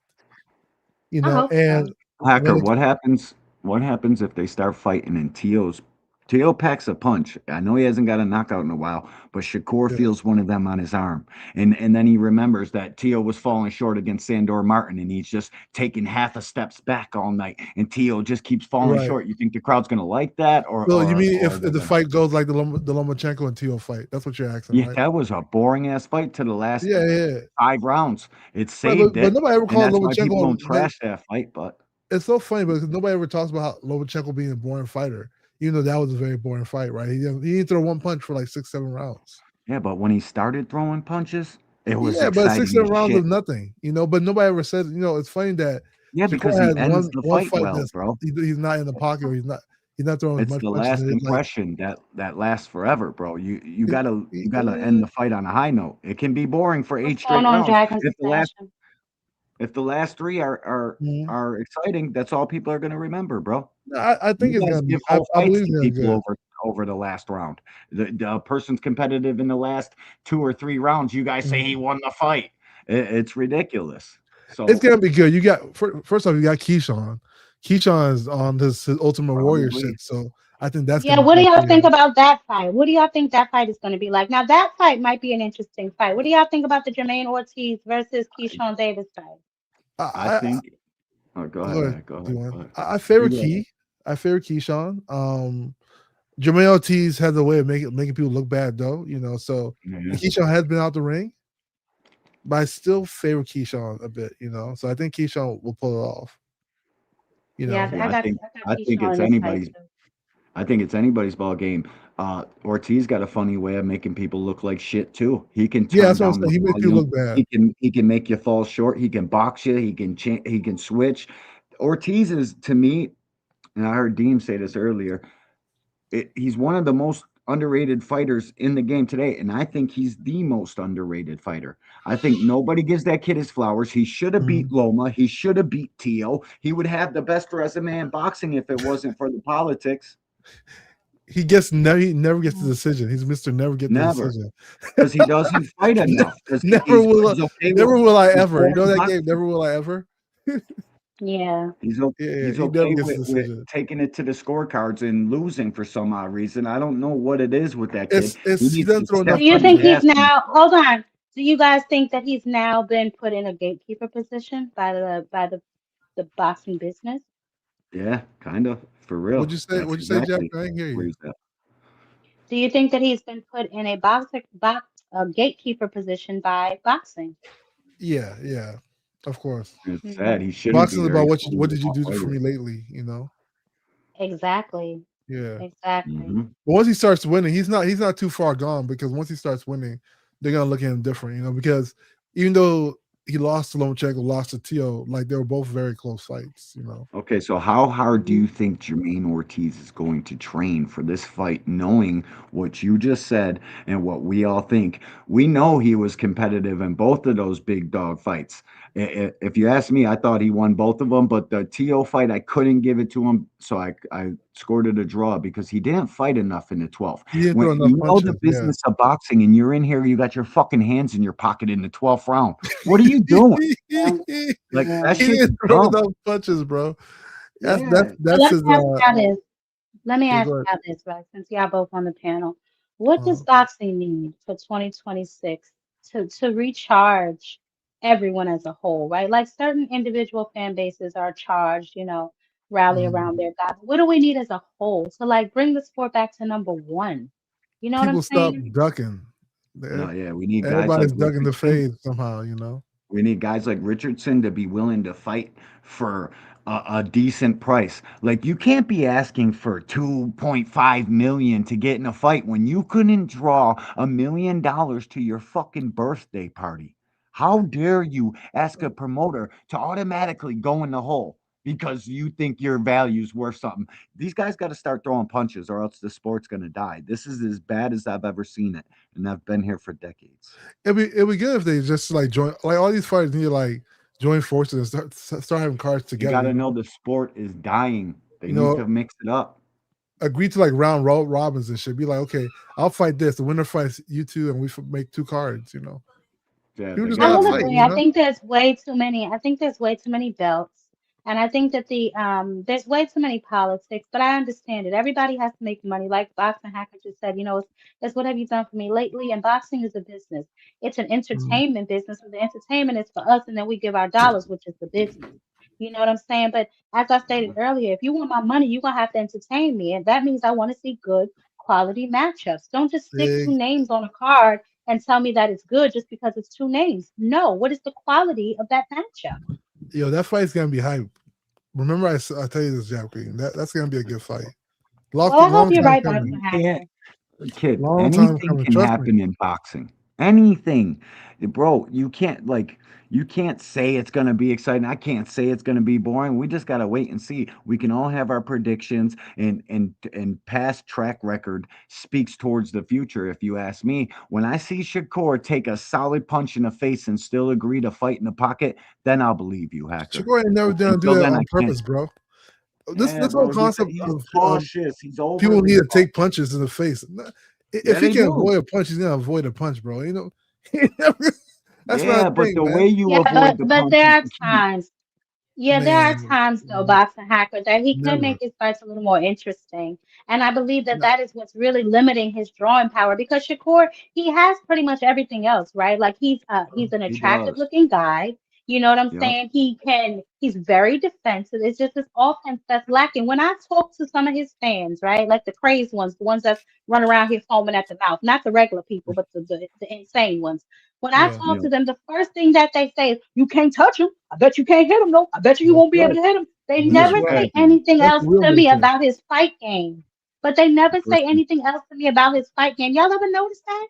The only But thing they yep. go to is his defense because that's the only Yep. thing he displays. Yep. And if but you he has don't like it, you're a casual. no, If you but don't here's the think thing, Shakur Jeffrey. is Let the me ask best you a boxer question. on the planet, you're a casual. It's like, what Hold the on, fuck? D1. Like, Let him. Yeah, we know. Well, those are the ones foaming at the mouth, the ones that I yeah, discussed earlier. But go ahead, yeah. Boxing Hacker, because Let me I ain't ask you a so sure question, you Jeffrey. one Let's of say them you're a yet, boxer, Boxing Hacker. right? You up here Let's say trying you're a to boxer. masquerade around as a regular fan when you be foaming at the mouth too. I done seen you run around here trying to fight people. Go ahead, what you was saying, Hacker? Look, check this out. Let's say you're a boxer, right? Let's say you're a boxer, and you have great defense, right? And a bunch of people, like let's say I wouldn't say your critics say they're not gonna find you exciting unless you take a punch to the face. You're gonna fight. You know you can block this guy's punch to the face. So you taking that punch to the face just to be exciting, or are you gonna fight? No, you see, you miss it, bro. Boxing Hacker, that's not the point. I don't think I that's just the asked point you a T-Bone was question. trying to. No, Hold on. I get it, Yeah. Boxing Hacker. So to answer your question, would I intentionally take a punch in my face just to prove to somebody I can take a punch in my face? No. What I'm saying to you is I have no problem with his defense. We all can agree, I believe, that is second to none. That's not in question, bro. Facts. The question is, why does he Awesome. continue to want to swim without getting wet? The most exciting I've ever seen him fight was the payday. And I will be honest, I think I watched that fight now like 3 times. And that is the Yeah. very That was his best fight, that we man. watched the sport fight Facts. more than one time. And that's sad. I've been watching this young man fight for a while now, and that's the only fight that I have ever gone back and rewatched. That's a fact. Jam, let me tell you something though. It's not because he's defensive that you feel that way. It's because it looked more competitive between him Somebody and got to mute Taylor. their background. Somebody got to mute their back, and that could be one of the reasons. That's correct. That's correct. That I'm not. I can't disagree with that. That's because you know why, Boxing Hacker? I was entertained, baby, and that's the Yep. point. You know Exactly, what I bro. mean? But yeah, we got a couple people up here on the panel. Let's go ahead and give the people on the panel a round of applause. But Enigma, what's going on with you, Rich? We're gonna get to you in just a minute, baby. Happy New Year, everybody, by the way. What's going on, Enigma? Enigma, we can hear you, baby. Yeah, what's up? What's up? I said Enigma. I guess you can't hear. What's up, Rich? How you doing, baby? Happy New Year. Yeah, Happy New Year. Happy New Year. Now, I just wanted What's to say, up? because I keep hearing people keep saying, I guess Shakur skill is mediocre. I'm gonna say this one more time, man. Who said that? Who said that, Rich? Who said Come that? on, you know the deal. You know the I'm deal. saying And on this channel, I will be strictly you said you enforcing that this wait year. wait you said I so will be you strictly basically enforcing that. that's what you basically saying when you say ask Don't tell me what somebody I basically said, what Rich. I Shakur said, fan. tell me what I said. You said What did I Shakur say? fans. What does Shakur do special? Got a nice half a step back. Huh? Okay. Got an elite half Yeah. a No, So that's step not what back. I okay. said. That's Okay. not what I said, baby. But go ahead. Finish your statement. Okay. Well, I'm not even gonna really speak too much on that because I just want you to ask Abdullah Mason and his father, Jeff Mayweather, and all them type of people, Floyd Mayweather. I want you to ask them people what he do special. You know what I'm saying? And they'll tell you, man. All his contemporaries when they say he was a good boxer or he a good boxer. You know what I'm saying? Only person I I don't see believe that was in question. Okay. Well, that's all I'm saying. You ask them. That's all I'm saying. But other than that though, man, Shakur fans or Teal fans, they the only ones not complaining about this fight. It seems like they Well, of happy. course, that makes sense, Rich. It That seems like makes sense, baby. both fan bases happy. You know what I'm saying? Shakur and Rich, Teal that makes fans. sense. But what doesn't that make sense to you, baby? Doesn't that make sense? That their Yeah, fans would be happy about the fight? that's what I'm saying. It seems like people that's not their fans is not happy about the fight. It's not about being their fans of two particular men, right? Because I'm not a man fan. I'm a fan of the sport. And what this does for the sport is absolutely nothing. I'm going to watch it because it's a fight that's been made, but it's not a fight, in my opinion, that anybody asked for. And it's not a fight, as I played earlier, I don't know if you just got here, that's going to bring a lot of money into the sport. Whoever asked for this, Shakur fans asked for this fight, and Teal fans. Oh, really? I've never spoken to any of y'all that told me they want to see Shakur fight Teofimo Lopez. I always The say most that. I've If ever he heard ain't, y'all if saying is I y'all want to always, say y'all want to see him fight tank. The ones that's foaming at the mouth. All they can say is tank. I've never heard a Shakur oh, fan yeah, say Teofimo Lopez. Not to me. Half Now maybe y'all know other places Well, say it. I've never heard that. I always said the best people was Teofimo Lopez and Tank at them divisions because they've been around the longest, and I love to see him get a win against one of Oh, them okay. Well, niggas. Rich, I don't recall you ever saying that to me, and I don't recall ever Yeah, hearing that from anybody yeah. else. If I'm being honest. Shakur fans love this fight more than anything. If it ain't Tank, then it's Oh, Teo. really? Yeah, Oh, okay. So that's Shakur what we fans, going. not Tank fans, not no jumping on bandwagon Abdullah Mason fans. Shakur fans. They love this A fight. lot of people, Tio a lot fans of people Both in of chat is y'all, saying nobody and asked Tio that. fans love this fight too. Hanos fans like it too, though. Yeah. The Oh, Hanos really? Is fans that like right, It's only Dr. one fan Hackett? base that it. don't like Yeah. it. you Oh know my why they like God. it? It's Why is because that? the two names they heard of before. They're fucking most of them are all casuals, so that's why. Well, You never even I heard of it mean, before. really, mainly casuals. Let's be honest, casuals run the sport. So Yes, let's yes, stop doing man. all of Yeah, that exactly. because the casuals are the ones spending their money, and the casuals are the ones going to events. So I wish people would really stop saying that. Maybe some of y'all fan bases need some more casuals. What's That's up, right. Big Dre? What's going on, Jab Queen? How y'all doing tonight? Well, first of all, I want to say I'm Happy doing New good. Year to Happy New everybody. Year. Yes, Happy New Year to you too. What's up, Big Dre? What's up, D1? Salute, Um, OG. salute, man. Listen, you talked about what the sport needs moving forward. I think Yes. the sport needs for some of these big name fighters to fight more than once or twice a year. Um, Okay. it's hard to have somebody that you want to follow, but you see them, once every 12 months, once every 13 months, you Mm. know. Mm-hmm. That's a Um, fact, OG. you have, I mean, I like the way some of the younger professionals are doing it, and Mm-hmm. they're fighting once every 4 months, Yeah, you absolutely. know. Um, and talking about that, the um, the lower level fighters, the ones who aren't making the millions of dollars every time they get in a ring.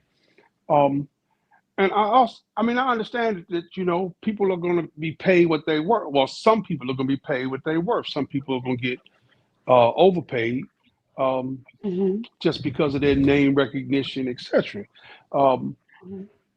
but when you go out and you make $5 million a fight and you throw up a dud, um, and then you want $5 million for your next fight, that that hurts the little guys, because Right. I think the Mm-hmm. pay gap between, the highest paid and, those guys just fighting to get a spot on the card, um, is just too wide. You got, a fight where, the guy at the top of the card is making $5 million, and, you know, the guy who comes on, you know, 3 hours ahead of time, to an almost empty arena, barely makes bus fare. You Right. know, um, and Right. some of these fights, it's more cost effective to go to the fight than it is to watch the pay per view. You know, you go out there, you got a $90 pay per view, and you only going to get the main card because the bottom half of the card is not televised, or it's not seen. You gotta wait a few weeks, and you might catch it on YouTube, you know. Um, but you know, you can get a seat in the 300 section for $60, and at home I gotta pay $90 to watch just the top four fights.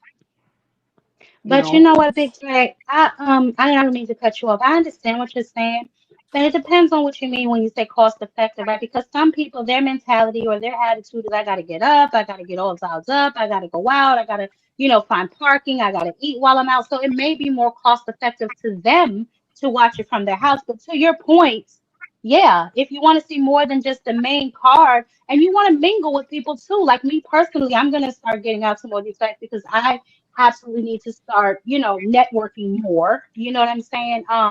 But just for that purpose alone, you might want to get up and go to some of these sites. But some people may find it more cost effective to just watch it from home where they don't have to find a babysitter. They don't have to worry about parking. They don't have to worry about like crowds and, certain things. So I get that aspect of it too, but it can run either or. But it also has to be something that you're interested in seeing for you to even consider any of that. well, And yeah, I also you like have to remember that they Hold also on, have hold like, on. Hold on, Boxing Hacker. Let Big Dre finish. oh, my bad. you know when when you guys meet. Hello? You going in and out, Big Dre. I can't hear him. Can y'all hear him? Nah, he cut I out. can't. They keep No, it on. he out of there. You might got some bad service, Big Dre. You might gotta go out and come. Be quiet. How the hell did you get up here frequent? You know what? It's a new year. Welcome, frequent. You're welcome. I was To gonna Hey say yo, you those. and all of the what up, ones foaming at the Scooter? mouth are welcome. Lord have mercy. Tony Reviews, what's up, baby? Big Dre, I don't know. We can't hear you. You might want to go out and come back in. Frequent, please make it fast. Be considerate of the other people on the panel, please. What's up? Yeah, what's going on, everybody? Happy New What's Year. going on, Ty? How you doing? I'm good, Hey, man. baby. Happy New Year.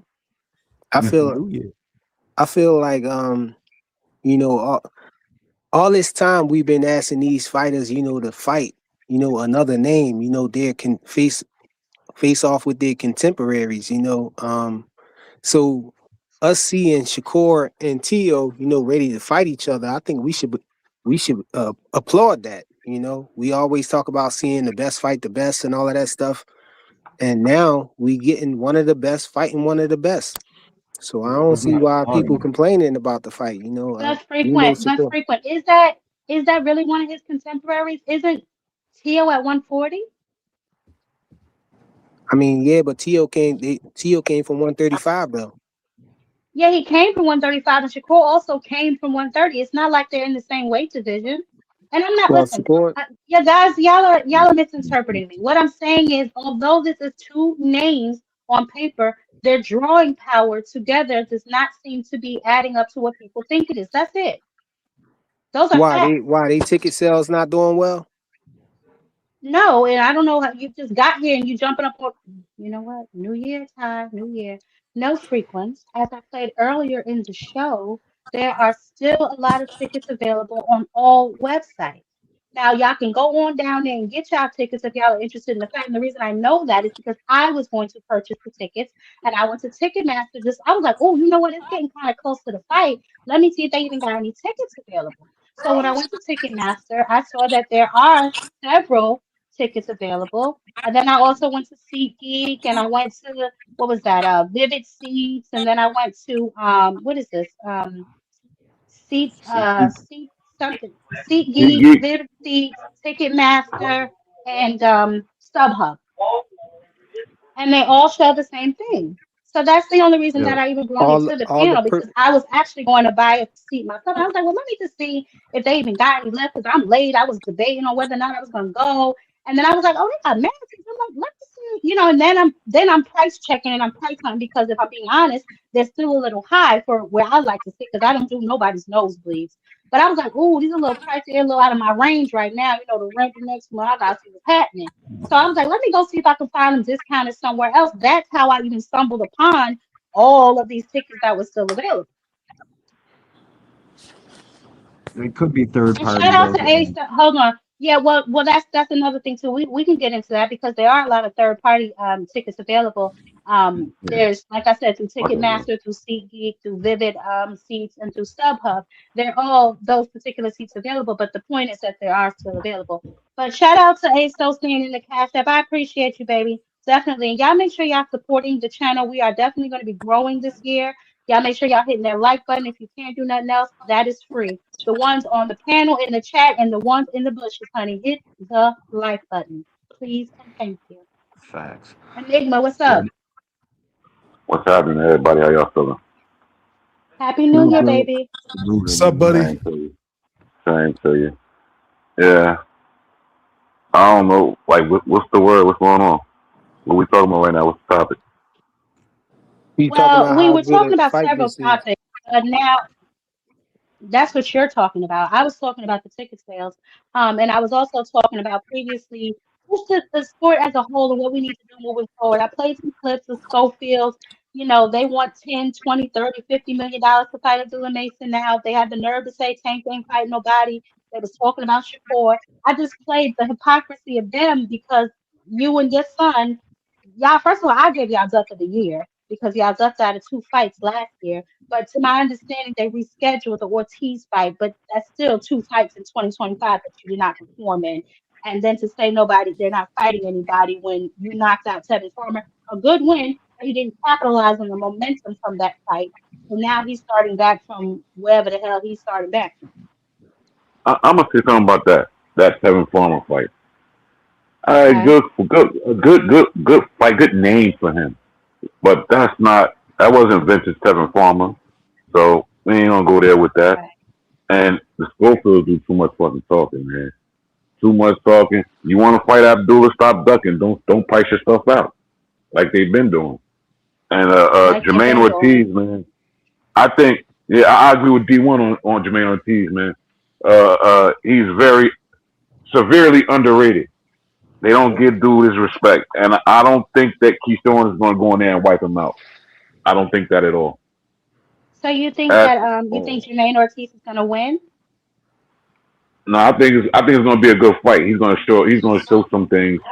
It's a 50-50. He can win. He definitely can win. I ain't saying he can't win. He I can think he'll get definitely his beat respect. Keyshawn if he fights the right fight. That's a fact, bro. Okay.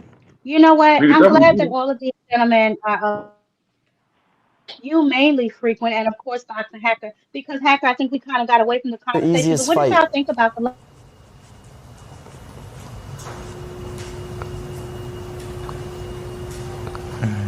We see you holding your breath as you're thinking. That's Oh, why wow. the shark teeth disappeared, but that's okay. Oh, it's crazy. It has to be one of my first fights. True. That's it, yeah. Okay. Was Devin Haney a hard fight? No. True. Did you cheat during the Devin Haney fight? No. True. Okay. Okay. Do you think I'm a decent boxer for a streamer? No. Yo, Jab, let me speak on this. I'm about to roll Nah, out, nah, man. hold on. That, hold Other, on, one at a time, one at a time. Yeah, Rich, one, go ahead. yeah. nah, but what I was gonna speak on, because I'm gonna come neutral with this shit. Okay, That test right there and those tests, that's not accurate. That's not yeah, 100% accurate. It's that's not it's true. not it's not no. So before niggas jump up and down, get they dick hard, and you know how niggas is. Oh my God, Whoa, come on, man. he's so it's so this it's so that. That's not accurate. None It's of that shit very is accurate. accurate, and a It's lot very accurate. and that's dude, hey, Hold Rich, you don't on, know what you're hold talking on. about, bro. One at a time, one at a I know time, what I'm guys. Let talking. Rich finish. I know Let what I'm Rich talking finish. about. If you ever read case law, casework, a lot of states, a lot of federal systems, they don't even use it because of that. It's not accurate That is for correct. It's Bro, review not Massachusetts purposes. it can admissible be in hey, beat. court. Rich, I Wait, took hold a on. No, polygraph, bro. Massachusetts can be Massachusetts is beat. not just it's not I guess accurate. not They One at true a use at it. all. time, Hey, why guys. y'all Let me getting let all me hype? let, let Let One me the at a man time. talk. Calm let me Listen, down. talk. one at a time, guys. One at Damn. a But let me, time. We're not Damn. gonna do this year. One Man at a can't even It's talk. not it's not 100% accurate. It's going by the way you it's going by basically how you say no, how you say yes, and all that stuff. It's not no. It's only person that know if he cheated was him, the people that tested him, and God, man. Ain't no fucking test gonna tell you. Oh Can I, yeah, can you I say telling the something? truth. The fuck Can on, I say man. something? well, let me say The Can I something, fuck say man. on, We something? Yeah, man. ain't hold really, on, hold on. I just Whoa, want, I whoa, want to bust this we're bubble not so gonna hold bad, on. man. We're not gonna get out of control. Enigma, go ahead, and then Boxing Hacker, I'll let you go. Listen, I hey, ain't even Rich, you gotta don't know what talk the fuck yet. you talking about. Number one. Number two, I took a polygraph because I went through some shit. And you have to be under extreme control of your fucking emotions to beat a polygraph test. You Facts. don't know what the fuck you're talking about, bro. Oh my goodness. No, Okay. that's not true, All right. bro. Facts. Like You, I you, said bro, before, you you have to niggas be get in y'all dicks control hard. of your emotions, No, bro. you, no, No you, no, you. person. Man, these niggas don't know what the fuck y'all talking about. Hold on, wait a You minute. need Can to I get can in I say We're control something? of not we're your not gonna start all emotions, this bro. yelling and Emotions, yo. hollering. Hold That's on. You talking about We're not emotions, about to man. start all the No, yelling. I just that's why Okay? We're not about that's to why I start. calm myself and just said you niggas don't know what the fuck y'all talking about. That's what I'm gonna say. Can, I ain't can gonna I say nothing say else. We're something? not gonna Calm start this down, bro. here. You'll get your turn Who to is talk. that? Who That's is Big that? Dre. Oh, go ahead, That's Big Big. Joe. You came back good. Okay. Oh, I Yeah. mean, I ain't even got to hey, talk yet. like I That said, wasn't Oh Big like I shit. Dre I said, talking thought like that, was. Tony been so damn quiet. I forgot he was even up here. I'm so sorry, Tony. You next, baby. I'm sorry. Go ahead, Big Okay. J. My bad. Now the reason um the polygraph test isn't 100% accepted because Or yes, it admissible. can. Let's put that out there. It's not admissible in Yeah, any court either. it's not They admissible and in court. scientists said it's accurate to 70%. If you go on Google, ChatGPT, it ain't even accurate. So I don't know what this nigga jumping up and down for like it's 100% accurate. Rich, It's Hold it's on, nowhere not near on you, I ain't baby. 100%. saying It's it's not 100% on you. accurate. I'm Rich, telling you. come on, guys. Can I Please. finish talking? Yes, go ahead, Mr. I, Dre. I was about to allude to the fact that while it is not 100% accurate, it can only be beaten by about 12% of the population or less. But it can be beaten. So they don't want to open themselves up to something that is imperfect. But you can't control, most people can't control their emotions, their heart rate, their breathing, and their blood pressure to the point that they can fool it. Your Yeah, body I mean, you have to be a reacts. real psychopath to be That's able to do all I was that. trying to say, homeboy. That's all I was trying to say. Like I said, yeah, it can be beaten. But you Yeah, think you think a regular athlete, Peace a out, regular T1. run-of-the-mill athlete can do that? Like Especially somebody as wild as Ryan Hold on, Garcia. Rich. It's not on you. nah, I'm saying that because a lot of people Rich, that it's not on you, baby. when I'm It's speaking, not hold on, on wait. you. Rich, it's not on you. You have to wait. Tony, you go Go ahead, ahead, man. Big Dre. I was letting Tony go ahead and get his word in. Yeah, Oh, go ahead, Tony. I'm gonna just double back on what you said. See, clearly what we have here is Rich went on Murray and got caught as a cheater because he was lying on that polygraph, and now he got everything against it to disprove it. But at the end of the day, it has nothing to do with its accuracy. What it has to do with why it's not admissible is because there is a small margin of people who can cheat it. And because of that small margin of people who can cheat the test, that's the only reason why it's not accepted. But when you look at government contracting jobs, certain security jobs, they'll all put They you on a make you take a lie detector test. Yep. They do. Like, job you can't even get without it. And they'll have people come from the CIA who are certified on that damn machine. And you might think it can't tell. I promise you it's going to see through your lies. They're going to see through it. But again, exactly. Because of that So, small. so here's the thing then, because of the small fraction, we get it right. And like I said earlier, Yeah. it's not like he can send it to. It's not like he can send it to the commission and they can overturn the Bro, fight. get I out. think he Close my door. solely did it. Hold on. I think he solely did it for self-validation and vindication. Now, as I said earlier, and frequent, I don't know if you were here. You probably just flew in here on your drone. If y'all are so convinced that Ryan is lying, how about we put Sean Haney on the lie detector test? We can ask him how did he know before the It's results proven came that out it don't work that though, Ryan was Queen. success. Well, Well, here, just like let Big me. Dre and Tom, well, let me finish, guys. Just like Big Dre and Tony just said, it can only be fooled by 12% of the population. You know how many people are in this world? But that's So not you true gonna what they're think saying Ryan though, is Yeah, Queen. crazy That's ass? not true what they're that's saying. not They true making what they stuff up. saying. That's I not work No, for the They true. making courts. listen. stuff I can up. tell you exactly. That's not People Hey, true. people Frequent, who I told you mentally before. ill. I told you before. Sweeping the court does not mean you work at the court. Stop it. No, I used to run a whole courtroom, Queen. can I I say used to be a something? That's court crazy officer. work, Now, Jackie. Can I say something? Sweeping the court. Go ahead, Listen, no. bro. Enigma. Oh, let me I had after to the go. Jeff. I had to go through that in 2000. I'm a veteran. I had an opportunity to work at the fucking Pentagon upon my release from my fucking military service. I had to take a fucking polygraph, brother. The thing, you cannot beat that shit if you're not in complete control of your fucking emotions, brother. I'm telling you, that's the only reason why I got fucked over because I lied and they caught me. So I know what the fuck I'm talking about.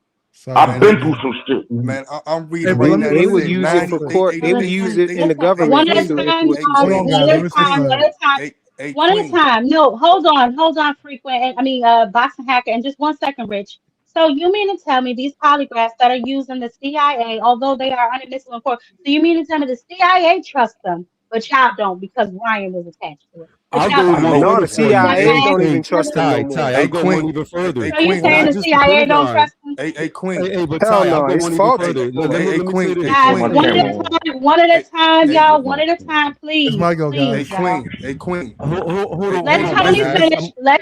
Hold on, guys. Let Tony finish. We going to Rich, and then Boxing Hacker. We coming to you. Finish up, Tony. I'll go one even deeper to double back again. So while I was in college, I went to work for Lockheed Martin, which is one of the number one weapons contractor for the military. Okay, they make all types of weapons. They make the F-22, they make the F-35, the jets, they Yeah, make that's facts. Patriot missiles. I went to Yeah, work I've for heard them, and guess Lucky. what? Guess what I had to do while I was in college? Take a fucking I know. polygraph test to get the job. And you had that with security clearance. Am I correct? Yeah, I already had that because I was in the army, and All then I right, got out and because went I to know I had college. to have Wait a one minute, too. because I about to say what level? Because I know certain jobs you got to have a certain level of clearance too. No, when I was in the You got, army, I think you need I a had a level top one. secret. I had a TS Yeah. clearance when I was in the army. But Hey, that's Yeah. Okay. but irrelevant of that.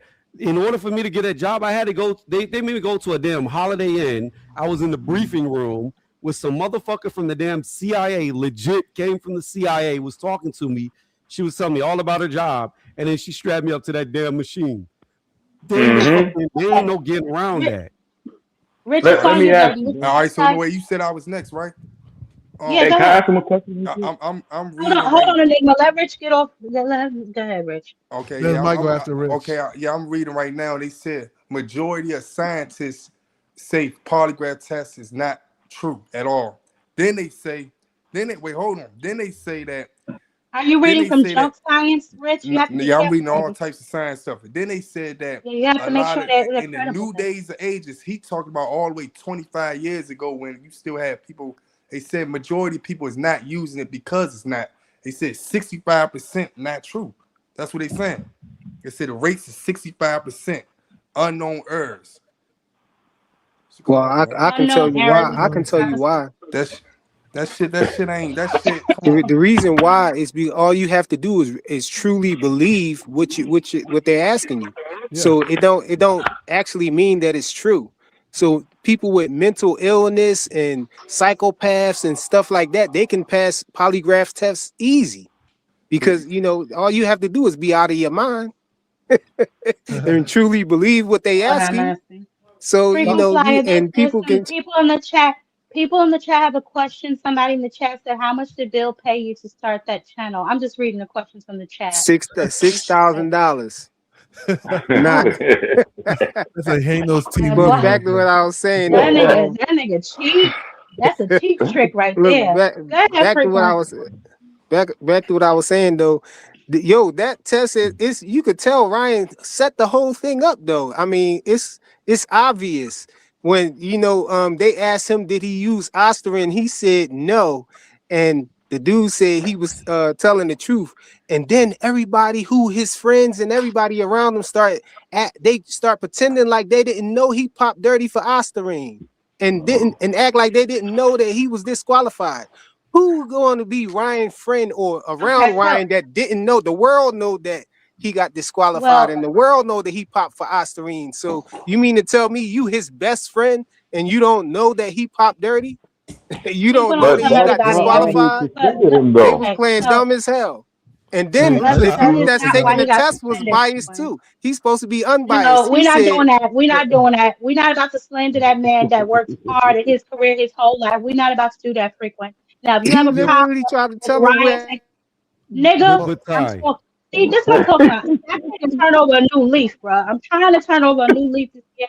I'm trying not to yell so much and be so animated. Frequent, you have to wait your turn, number one. Number two, I thought you're it not was going my to sit on turn. this panel. It's not.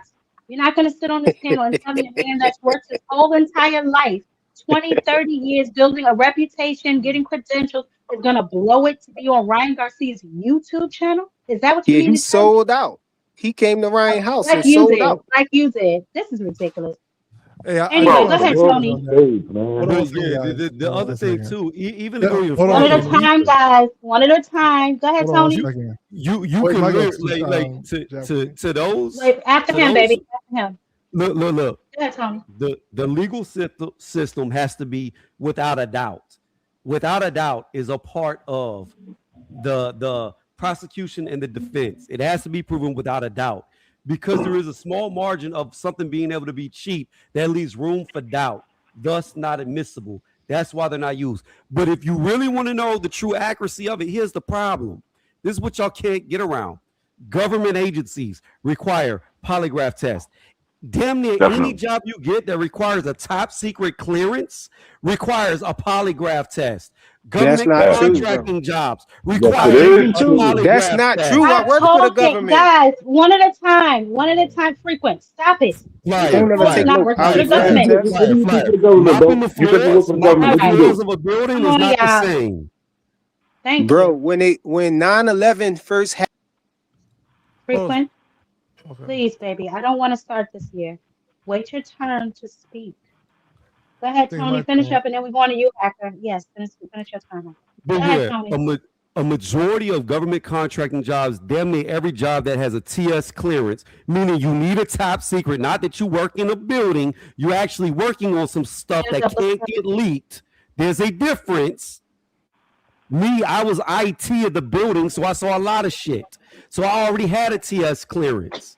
Now, furthermore, all those require a polygraph test. I'm telling you, literally, I was in a Holiday Inn taking a fucking polygraph test to work at Lockheed Martin. You can't Okay. talk. You Go can't ahead, tell Box. people nothing, bro. You can't. Okay, Go well, ahead, Box. I'm gonna It's say on you, I'm gonna baby. say this. Yeah. So here, so let me just speak on a couple things. People keep saying polygraph this, polygraph that, right? But you watched a video with a guy having a laptop, a bunch of cords tied up to Ryan Garcia in his house. There's literally no proof that's even a real test. You guys do realize that, right? That guy could be watching porn on his laptop. He can watch people watching cats. What are you talking about, No Box? bullshit. Y'all saw Come it Hey, on the no laptop bullshit. Hey, on a Come these on, folks social so media man. channel stupid. Guys, with a always. bunch of cords. Hold on, hold All on, no, right, they guys. slow, Hacker. They hold on, slow. Guys, Hey, let's Hey, Tony. this nigga, hold on. hey, hold on, hold hey, on, hold on, hey, guys. Box. Come on, y'all. Here's Chill one. out. Chill out. I Bullshit. can Chill out, make a guys. statement right now. Chill out, Oh, go ahead. y'all.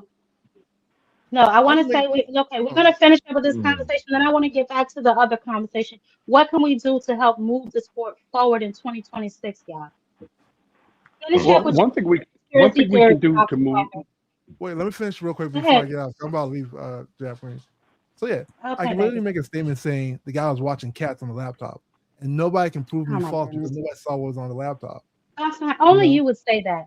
Only you would say because something it's like social that. Hey, media. Everybody Tony. would go for This is what that. we're talking This about. is Ryan Garcia, ridiculous. the Hey, same hey, guy who Ridiculous. said that it was the What's up? Illuminati that made him test positive. It was uh, the Illuminati. He said it was ashwagandha. Ashwagandha tried to sue him, and they had to apologize.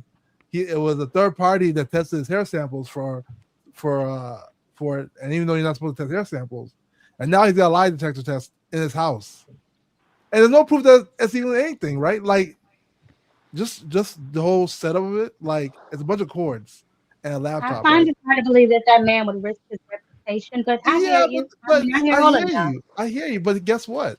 I mean, that's interesting that you find that he has you believe that he wouldn't do that, but it doesn't mean it's not possible. Like I said, if I No, I make didn't this say it thing right wasn't now, possible. It's Anything is funny his that laptop everybody possible, say Patrick. on Ryan his laptop Garcia is a is a video liar, of but cats, now for you can't that we prove it trust him wrong. for that. I Also, didn't say, first of Okay, all, I've my name never, my let's name is be, Boxing hold on, Hacker. I am a hold on, contrarian. y'all. hey, I hey, want to hey, say Tony. something. I know y'all not talking while I'm talking. So listen to me. I have always said, and frequent, I know me and you have had this argument till the cows come home. I've always said I don't believe that Ryan Garcia intentionally cheated. I've always said that, right? The lie detector test, as I stated previously, which you probably came in on the middle or end of my show, I said that means absolutely nothing. He probably only did it for self-vindication, right? That's what I said. It's not going to change anything. He can't go to the commission with it because, as we've already said, none of that is going to be admissible. He can't go to the commission with it. It's not going to overturn the site. He did it for content. Let's keep that in perspective. He did it for content, number one. And number two, for self validation or vindication, in my personal opinion. It has But no we bearing know on the Ryan situation Garcia to be a other cheat than and to a have people liar, talk. though. But No, hold on, listen, so, listen. so frequent flyer. Stop interrupting me, bro. We know you think that he's a cheat and a liar. We know that Victor Conti was a cheat and a liar, yet somehow you believe Oh, him. so you don't think Somehow Ryan is this a cheater and man, a liar? hold on. Is it slow? Did I not just say I didn't believe for 1 second that Ryan intentionally cheated? Are you slow? New leaf, Well, Ty. New leaf. but New leaf. So like I was saying, frequent 1 second happen. Like I said, okay. I do not believe for 1 minute that this man is going to risk his reputation, all of the credentials that he spent years achieving to be on Ryan Garcia's Kick channel to perpetrate some type of elusive fraud. Okay, but you are the same people that will believe Victor Conti with no credentials no type of background in medical anything, but y'all will let him take y'all in a back alley and draw y'all damn blood for whatever reason, okay, and believe everything that comes out his mouth. So all I'm saying, frequent flyer, is you have to keep things in perspective. That's all I was saying. I'll say Hey, this. can I say Listen, something, so Quinn? I hold on wasn't saying. Oh one second. my I'm about to get God. off, guys. One Hold on, second, y'all. y'all. I One second. wasn't Hold on, saying hold that on, you hold on, hold believe on. I'm about to finish. I'm that. about to finish. Even Go ahead. if, okay, let's say the burden of proof, or let's just say that it's not porn on that guy's computer, it's not cats, it's actually a lie detector test. Even if it's that, right? The nature of the questions were pointed in a direction for them to be true. What do I mean by that? He asked them, No, I know what you mean. I know exactly yeah, what you mean. The yeah, framing of he the asked them, question. A little loose. did I you Can I understand say cheat that. during something, please? the Devin Yeah, one Haney fight, second. right? Of course, he will say, no, I didn't, because he didn't cheat during the fight, right? He cheated before the fight, right? The question should be, did you take PEDs before the fight? But he asked, did you cheat during the fight? Frequent. That's, I of mean, course, not not gonna frequent. be true. Boxing hacker. He was So, asked the like, questions that the audience asked. He's not the one giving the test. He's just how sitting do we there know reading all the these results. things? How do we know all these things? We assume Did what you he's watch telling the us to video? be true. Did you watch Can I, the can I video? say I watched something? WWF, and I believed them Asking for years questions. as a kid. They were asking. Well, that's on you, baby. They were asking questions based on what the audience wanted them to ask. Can I say Well, something real quick, Quinn? Go ahead, wait a Enigma, minute. and then I we're gotta gonna go talk, to you, guys. Mr. Greg. Hey, Salute to you, Mr. Jam Greg. Queen. Okay. How you doing, Bye, G? baby. Listen, Happy New Year. Happy New Year. Go ahead, Enigma. here's here's the thing, people. We need to understand that when you're dealing with polygraph tests, there are more than one type of polygraph test, man. It depends on what type you're taking. You have a CI polygraph test, which is counterintelligence, and you got a lifestyle polygraph test. Then you got there's a number of different polygraph tests. Do you know which polygraph test Ryan was taking? Does anybody know? Does anybody know at No, I all? don't know. Yeah, the fake No, I kind, don't, So the I don't. fake so one. so here's the Frequent, thing. stop it. So here's the thing. Before you start talking and saying, "Oh, this is a lie, that's a lie," first understand the scope of everything. What's going on, and when like Tony said, and Tony, salute, comrade, appreciate your service, my guy. Like you have to understand, man, those security clearances and why you have to take those fucking polygraph tests because they're trying to vet you, brother. You're getting vetted because you're about to be exposed to shit that the average citizen has no idea about, man. And Mm-hmm. that cannot get out because think about it. If they really have full disclosure of everything that goes on, people will lose their fucking mind because they won't be able to understand it because if they And this can't got fathom that there's things that in this world that that's just beyond your fucking imagination. And those people who have those top level security clearances that are exposed to this stuff, man, it's deep, man. It's really fucking deep. And and those I people they understand watch about like a all that hawk. shit. They Huh? watch those people like a hawk. They watch those Bro, people like a hawk. Yeah, And that's hell yeah. I Like believe it, bro. the amount of shit that I had to go through when I was fucking going through that situation, possibly to work in the Pentagon, man, listen, bro. Shit was scary, man. It was fucking scary, brother. I know what I'm yeah. Well, talking we about, bro. understand what it. Bro, I We understand Can what it 100% is. can I believe interrupt a minute? Ryan Garcia Yeah. got Go ahead, kidnapped Big by Dre. the Go ahead, Big Dre, and then we're going to you, Mr. Greg. Frequent, come on, Okay, baby. Why I gotta okay. keep telling you this from last year to this year? I told you. Stop talking while other people are talking. Listen, it'll be your turn in a minute. You have to wait, bro. You are a grown man. You don't know how to control yourself and wait your turn to speak. Hey, Tony. Go ahead, Big Okay, wait Dre. a minute. I was trying to let Go the Yeah, Jam ahead. Queen finish It's what on she was Big saying. Dre. It's on Big Okay, Dre. so now, granted, this was, some years ago because I'm an old man now. Um, but back in the early 80s, I was in the military and involved in the nuclear surety program. Um, I had to take two different um, polygraph tests that were administered by two different people in order to get that single top top secret security clearance um, to be involved and then to do my job in the Army. Okay? They work because you take a test today and you ask a series of questions. And then tomorrow you take a different test hooked up in on a different machine, hooked up a totally different way, and Mm-hmm. ask that exact same set of questions. Yep. Okay? In a different order. But you are asked those exact same questions. And that is a requirement in order What's to going do on, the y'all? job that I was doing. You know, um, America's nuclear surety is proof of that. Hmm. So, Okay. I do believe that there, and right now, as an automotive technician, I have to read different lab scope captures to figure out what's going on and what's working and what's not working. And I'm telling you now that there are things out there that can notice the difference between minute levels of electricity in your body. Um, Mm-hmm. That's what that man said. It was crazy you say that because that's exactly what he said. He said something about the levels of what did he say? He said something about the breathing. He said, and we can tell when something varies. I forgot the word he used, but y'all can go watch the whole entire video. But he used it's something, he phrased it somewhat Electricity. like that. it's the Yeah. electrical current in your body uh, does different things, and it varies when you are saying something that is contrary to your subconscious. Is the way it was explained to me. So, but we need. But Mm. let's change the subject. Let's get off of the polygraphs of Ryan because Certain people um, can't even take polygraph tests, man, Mm. because they got a He'll chemical imbalance speak in their Um, anyway. brain. yeah, hold on. Let's so let's go ahead and get to Mr. Greg and Banda. Were you finished, Big J?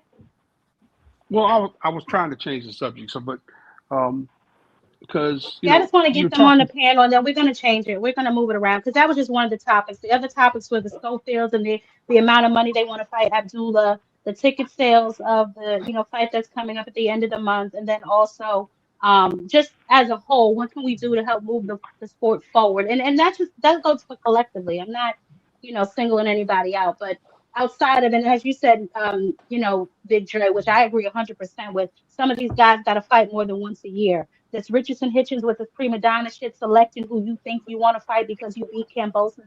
That type of stuff is not going to sustain us in the long run with this sport. So we definitely got to, figure out something else. But Mr. Greg, it's on you. Yeah, I was going to touch a little bit on everything, so I'll be very quick. I like what Tony and I think it was Dre who's speaking. The higher you go up in terms of when you're seeking employment or contracting work, especially when you talked about the highest level of security, polygraph tests are very effective, not just because of the experience and the equipment that is used, but you got to remember when you even applying for a government job, there is an investigation about you that you don't even know has taken place. You know when they talk to your friends and family. So when you're sitting in the room taking the test, you're gonna get asked questions somewhere along the line that you don't even think they're going to ask, such as if you have an marital affair, is there a hidden child you haven't told anybody about, and you're going to get caught by surprise by some of those kinds of questions. But you got to experience testers who can tell, even when it shows that you're telling the truth, that there's a possibility that you're hiding or shading the truth itself. Now, depending on what kind of test it could be, sometimes some people have used blood pressure medications and what's the other thing I'm thinking about? And Flexeril to relax their muscles, to slow down their heart rate, to slow down the blood flow. But some places test you for that first. So when you got to take a polygraph test, if you know that you're going to be lying about something, if you know there's something in your past that's going to affect you getting the job, if you're wise, you just won't even take the test because 9 times out of 10, you're going to get caught lying. And most people aren't sophisticated enough to know what techniques they can even use to beat a polygraph test. So when Tony was talking about working for Lockheed Martin, I believe he said it was, whatever level he was, Tony knows what he's talking about. They don't give you that much room to be prepared for it in the first place. I think sometimes you're told you're going to take the test on Wednesday and you end up taking it actually on Sunday. I'm just using those particular days. So you're not going to beat a polygraph test 9 times out of 10. And if you do beat a polygraph test, you really, really are looking to get a job that really demands something of you and pays a lot, and it's usually high security. So I'll just say polygraph tests work for all practical purposes. They As far, definitely do. yeah, as far as moving the sport of boxing along and things of that nature, everybody has to kind of come to some agreement about what is realistic. The fighters have to Mm-hmm. really have to come to I guess a conclusion. If I'm going to eat in this sport, I also have to be realistic about what my value is and what people will pay to see and how often I'm Exactly. going to fight. Most of these fighters, of course, I know they're concerned about getting hurt and not being able to fight ever again, et cetera, and asking for ridiculous amounts of money, which they're not going to get 9 times out of 10 because they don't command that in the open market. Managers Mm-hmm. have to be the same way. Promoters have to understand what the market is like now. There's ways that we as fans, if we don't want to pay for a fight, we can still see it. That's you have to understand why fans are doing that. First, the fights take forever to get made. Then sometimes the cost of the seating to go see the fight is ridiculous. And if you know you can wait maybe a few hours later and see somebody who might have filmed it on YouTube and or with their camera and then place it on YouTube, you might be satisfied with watching the fight just like that. Most of us like to see good fights. Most of us even like to go to the fights where they're not overpriced, and we want to Mm-hmm. see that kind of competition. But there's so many entities involved now. There's so many games being played, and most of us are getting tired of the games. And most of the guys that I know who are in my age group, most of them not even bothered to watching fights anymore. I mean, I would love to get some of the guys that I know, some of the guys that were boxing way beyond uh, when I stopped, to get on some of these shows and talk about some of the things that I could talk about, but they had more experience. A guy I used to be with who sparred with Ray, for instance. I was supposed to spar with Ray, but there was some neighborhood conflicts. But stuff like that that makes it interesting to talk about. But they don't even want to watch boxing no more because basically a lot of us see fighters. Listen, y'all are soft. Y'all not putting really effort in, et cetera, et cetera, et cetera. So we have to when the fighters are watching these programs, and they do watch these programs, I can tell you that. They, Mm-hmm. like you say, Mm-hmm. they in the bushes because they want to hear Mm-hmm. what people are saying, without coming Yeah. on. That means questions are going to get asked about to them that they're not prepared to Yeah. answer. That's why when you were talking to, I think it was Bill Haney, and you ask them some questions, they're not ready to deal with that yet and probably will never be. So they have to now be more honest with the fans because ultimately we're the ones that pay whatever money that we're going to pay, and we're the eyes on the sports. The networks don't want to be bothered with boxing no more. The premium channels don't want to be bothered with boxing anymore. Now you got streaming. So it goes right back. They gotta find ways to get money out of us again. So we have to appeal to, as fans, appeal to the networks, and I'm sorry, the streaming services, but we also have to tell fighters, y'all got to get together and decide what is realistic if y'all are going to survive in this sport monetarily. That's one of the ways that Mr. we can do it. Yes. No, go ahead. I'm sorry.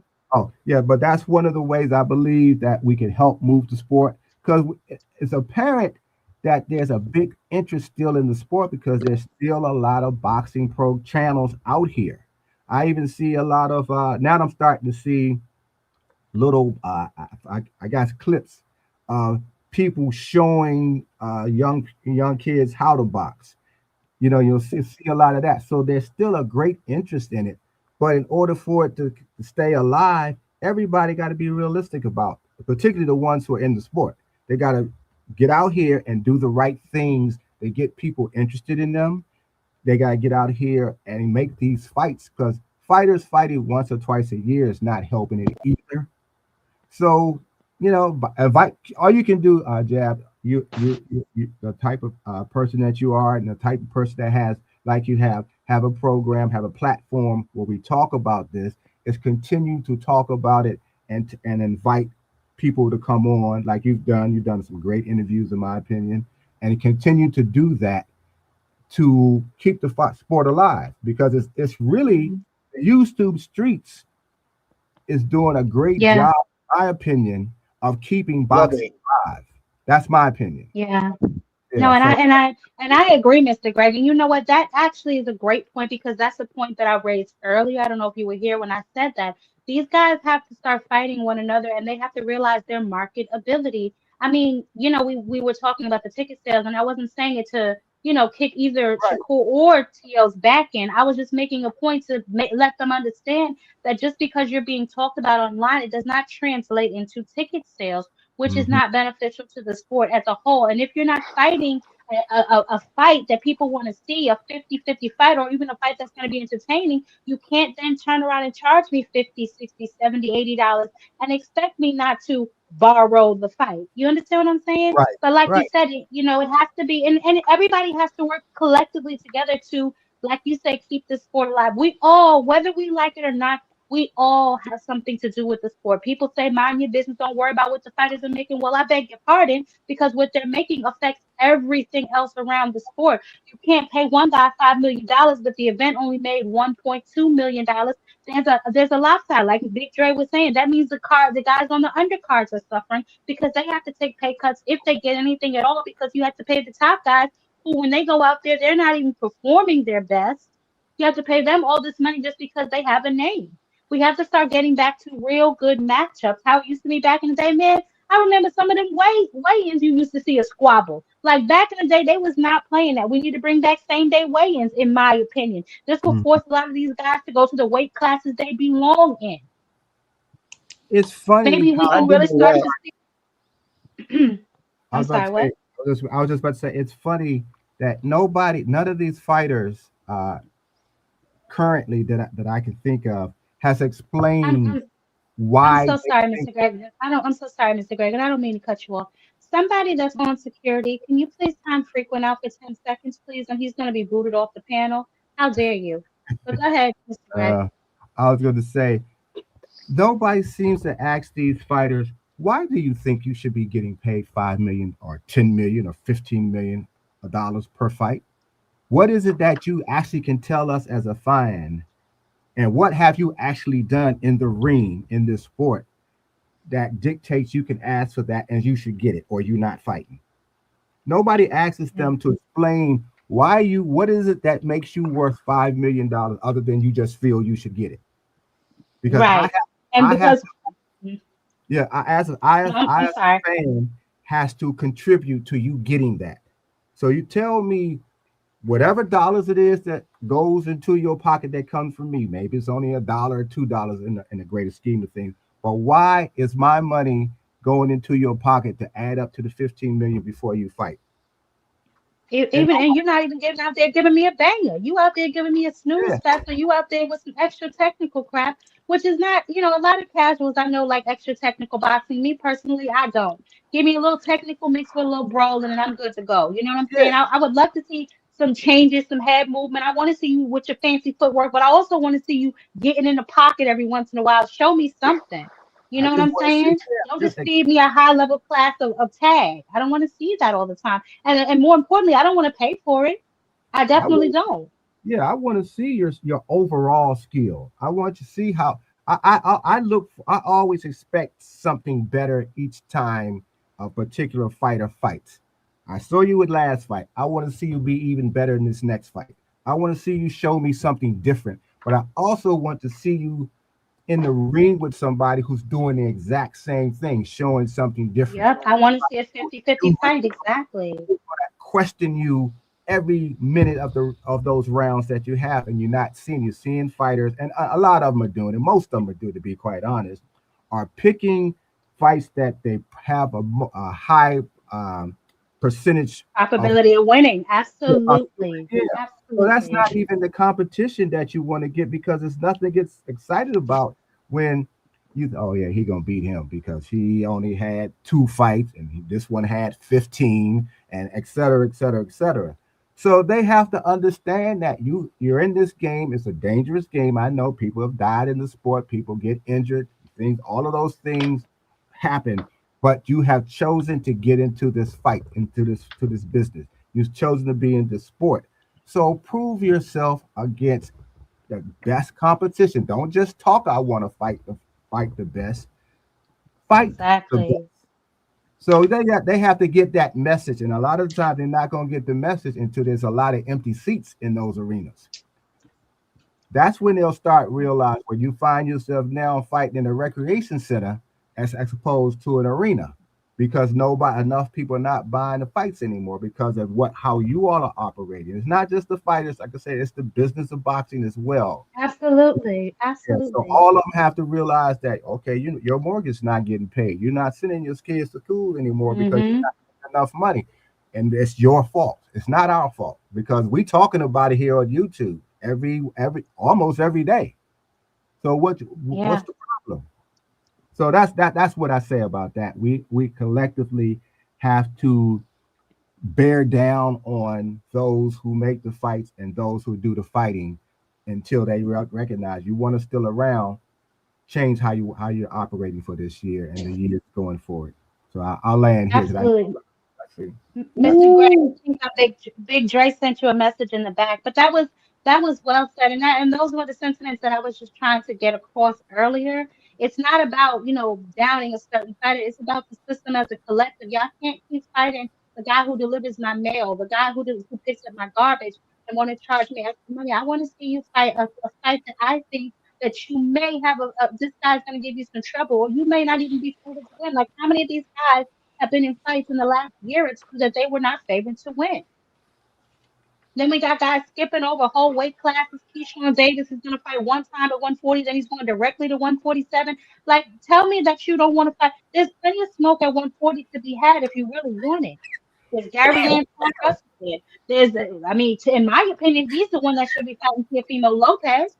But I'll get to that tomorrow because I will be dropping a video on that very soon. But yeah, that's I agree. I agree. Band up, it's on you, baby. What's going on? Salute everybody. All right, what'd you say, Mr. Greg? Go ahead. Go ahead. No, I was just saying, hey, what's up? Oh, salute everybody. Salute everybody. What's going on, Platform, man. Yeah, your boy Band Up. I don't know what the hell's been going on this new year, but I have been coming to everybody's platforms late. I'm like, YouTube ain't been telling me none of that. You did? I don't like that.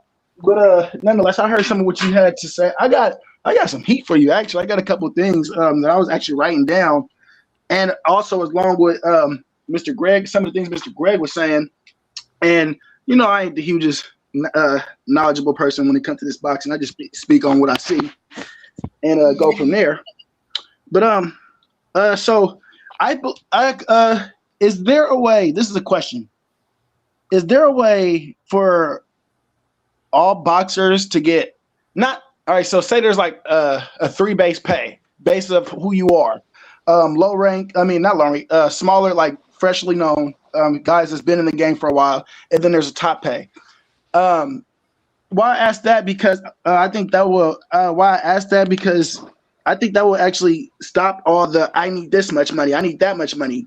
I feel like boxing's one of the sports and you where you can make a lot of money in a sense, just by who you are, but that just garners these questions that we have for these other people that don't really have names or whatever. Kind of like what you were saying, oh, I get this much money off a name and I'm not even performing like that. You know what I mean? So I think that would stop the pay argument. I think a lot of boxers today, I think it's just the creature of their environment. You know what I mean? Like when Stephen Curry came into the league shooting out them threes, now you guys got dudes wanting to shoot threes. I think Floyd ruined everybody's mindset with the 50-0. I agree. Everybody wants to. everybody wants to go undefeated. He's like, and Floyd can talk some of the best shit in the world. He just has that charisma to him. So he's like, oh, you know what I mean? Can it beat me? You know what I mean? Like, who is he fought? You know what I mean? Like, I beat him more champion. You know how Floyd be talking. You know what I mean? So he got a good mouthpiece to go along with that 50 and can't nobody really say nothing because the dude is offensively and defensively great. So it's kind of like you talked a lot of shit and he could back it up too when it came to that. And I feel like the fighters that can go ahead. No, I was gonna say I agree with you. I said that several But you times see that Floyd Floyd change the Mayweather has game. ruined this generation. He ruined this generation, if you ask me, because all they saw growing up probably was Mayweather, and they idolized their own so much that they are afraid to go take on real competition to see what And they are really made of. Because, in my opinion, if they keep on fighting these tomato cans, they're not increasing their skill level. exactly, and that's real because I'm of that age. I'm about to be 30 this year. You know what I'm saying? My first fight that I ever watched, even sat down and watched, and that's because my family was betting on it, was Floyd versus Shane Mosley. You know what I mean? So I definitely that's what they seen coming up. You know what I mean? Floyd with the 50 and those and stuff like that. So cats want to, you know what I mean, take certain risk and not really do that. Far as But the problem with that, Banda, hold on, Banda. go The ahead. problem with that is Mayweather fought everybody. You understand what I'm saying? Mayweather's resume is fire. So that's the only thing that they obviously didn't take from him because Mayweather's resume, the who's who, name them names, they on that resume.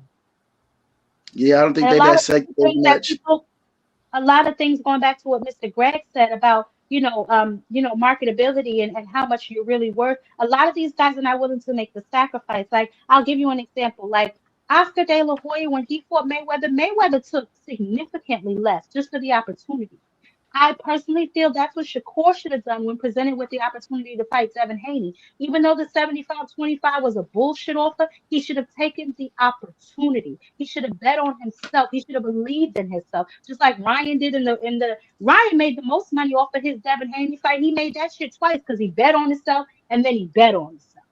You know what I'm saying? So these guys need to Mm-hmm. start recognizing opportunities and stop bag chasing. Because with the opportunity, if you succeed at the opportunity, the bags you can name your price. You writing yourself a blank check. They Yeah. don't think like that, Jab Queen, and that's the problem. Because you just said something I've said many times. You will never know how good you are when you keep taking soft touches. You will never get challenged, Yeah. ask that question in the ring where you have to find who you really are. They don't want to do it. They don't want to take those risks, and they only see the finish. It's like people see the finished product when you got the cars, all the flashy things, the cars, the jewelry, you got a little name for yourself, you got some money. They don't see the work that you put in the beginning. They don't remember Floyd was very, very conditioned, very disciplined. He put the work in. People didn't look at that because the way it was marketed, and I love the way he did it, he made it look easy. And they think because he got some money and he could pick and choose when he wanted to, that's all it was. But Floyd did some serious work. He stayed in condition. He was always in the gym. He did all the things to be the fighter that he became. He used And his never talent. too far off weight. He's sharp. He's He was sharp. never too far off weight. He did the And work. They don't see all that. They just see the finished product. Yeah, I want to be like Floyd. I want to have the women. I want to have the cars. I want to have the jewelry. But they don't know what the work is because they Well, you are. know, and can I say also to that when it comes to that, I think that comes just from the media. You know what I mean? Now I don't like, to be honest with you, I don't Yeah. think a lot of casuals know how to become a diehard in a sense. You know what I mean? Like me just finding boxing, I'm gonna keep it a stack. Me finding boxing, I was just like, man, I'm watching all this UFC shit, and I'm like, I can kind of see a lot of these things on who's gonna win the fight. To the point, I'm not guessing. I'm just really analyzing. I'm like, yep, he's gonna win, and they end up winning. I probably should have been betting money. Honestly, I'd probably be rich off that shit. But nonetheless, I just found that, and I'm like, okay, let me.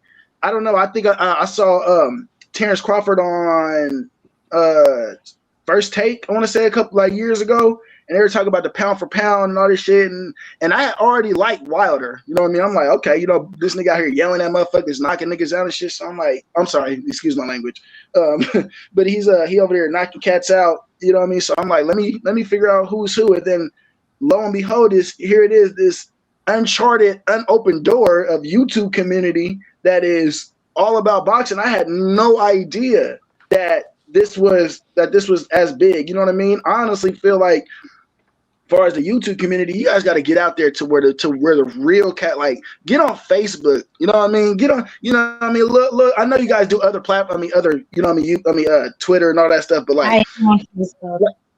Not on coming Twitter, from but I'm a on fresh pair of Facebook. eyes. But coming from a fresh pair of eyes, you know what I mean? Like, when I go to my face, when I go to YouTube, when I go to Instagram, I can see some people kind of talk about boxing. When I go to Facebook, only time they talk about boxing is when like Tank or somebody big or Bud or something, like somebody huge is fighting. That's the only, they don't know about the Bam Bam Rodriguez's. They don't know about, you know what I mean, what's it called, Dula Masons and stuff like that. They don't really know too much like that. And I feel like, as a YouTube community, I feel like you guys have so much power.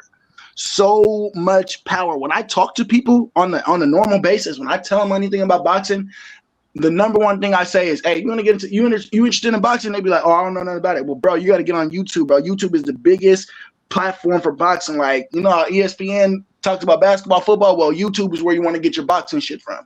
Honestly, because you don't, where else can you get it from? And I feel like the narratives that some YouTube platforms set goes a long way. Like Manager Marty said, it didn't start. How long did it take Marty to start talking about Conti for everybody to start talking about Conti, even the cats that don't like him?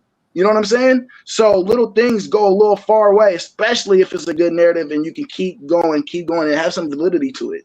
Because you guys are having some facts with the Victor Conte thing. It's not just all hearsay. Some of the things are facts. You know what I mean? And the last thing I think I would say, as far as how to get this sport bigger, is what's it called? Get more of who's more accessible to the people. Like how, and another instance, shout out to my guy Manager Marty, he had Margaret Goodman on. We can get a boxer any day, but he had Margaret Goodman on. I think that was so powerful in a sense, because she's, you know what I mean, runs VADA, all these other things. That's just one head of whatever, you know what I mean? So if we can get more Eddies on a platform to talk to the people, if we can get more you know what I mean, whoever's in charge, Bob Arams and stuff like that, to get to talk to the people. I haven't seen, I mean, as big as YouTube has gotten, I haven't seen Bob Arum on one platform for nobody that's on YouTube, but I guarantee you YouTube done brought his ass more notoriety than anything, because I didn't know who the fuck he was before YouTube. Well, he was on Cigar Talk, but I get your point. And yeah, first of all, stop trying to play me small. That's number one. Second of all, that is definitely one of the goals that I have for this year, believe it or not, to get maybe one of the sanctioning body presidents over here or something. I know there's one of them that is from New Jersey. I'm working on a lot of things, and most importantly, I'll be trying to build next to Jab so we can see who's coming up. Big Dre, I'll text you a little later about that. Maybe we can start doing some of that stuff when you have some of those local cards, bringing some of those boxes up here so that we can introduce them to the people and the people can get to know them. We have another interview actually next week with one of the babies. So we're definitely moving in the right direction, and that's absolutely where I want to take my platform. Start to introduce some of the people that come over here and watch from the bushes, to some of the people that we don't necessarily already know, some of the names that we're not readily familiar with, so that when they do get their shot, when they've worked their hardest, like Mr. Greg and Big Dre said, when they're doing the work and they're grinding and they're not making that much money, but they earned their way to one of the big stages, we're not looking at them like, well, who the hell is this? Because we'll already know. You know what I'm saying? So definitely. Well, Jeff, like, I've reached out to a couple of boxers at the last fight, and got some numbers, and I haven't followed up because I was in bad headspace. But okay. I'll have some numbers for you. Yeah, okay. I'm good now. I'm good now. I'll have some numbers for you, and we can set up some interviews, because these are people that Absolutely. I've talked to. Let's do it. And Let's do it. they are not, your Showtime fighters. They're not, the big names, but these guys and a couple of girls, are doing it on the local level, and I believe that they need some recognition and some shine too. Because I've talked to a couple people. I even talked to Scooter Davis last time I was out. Um, Oh, okay. but you know, Lamont Roach and his little brother Jordan, um, a guy out of their gym called the official Ben Johnson. Um, um, Michael Fox, Well, I'll tell you what, Lamont ain't gonna come over here, baby, because I done talk hella shit about him. He is not coming over here. Lamont is not coming over here. I'm gonna tell you that right now. All he gotta do is click my time. I done gave him the business several times. So I doubt why he'll you come. talk? Why That's you your talking Lamar about brother. gonna him be He like like, should Jab, that? come. please. What you got to say? What you got to say about me, Jab? Listen, he's not, Lamar is not coming over here. Trust me, honey. But I Listen, I appreciate talk it, I talk Big Dre. cash shit in We're his gonna face, definitely okay? make we're gonna make some definite moves. I'm definitely looking to do more partnering this year. I've already been starting to talk with Miss Glory. I'm working on so much. I'm so excited, but baby steps. I got to call before I walk, so I don't want to get too ahead of myself. But yes, all of that is definitely in the plans for this year. And Big Dre, you got my number, so text me. Listen, if he'll come on, he can come on here, but let him know I don't play. I'm gonna ask the real Hey, question. You know, you, you, I you, ain't gonna, and I you- ain't gonna baby you, and I ain't gonna stroke you either. I'm gonna ask the real. hey, Jab, you need he retired now. You need Bud over here. You know what I'm saying? Oh, Hey, he's definitely not coming up here. He is. Let me tell you something. Actually, it's crazy that you said it because I was actually gonna. I ain't gonna. He ain't coming up here. He. Ain't, I I was Listen, I was trying to go work around for Bomac actually, but he. I know Bud ain't gonna. I ain't even gonna ask him. I know that nigga ain't gonna Bomac come. might do it. Bomac might do it. Hey, That ain't.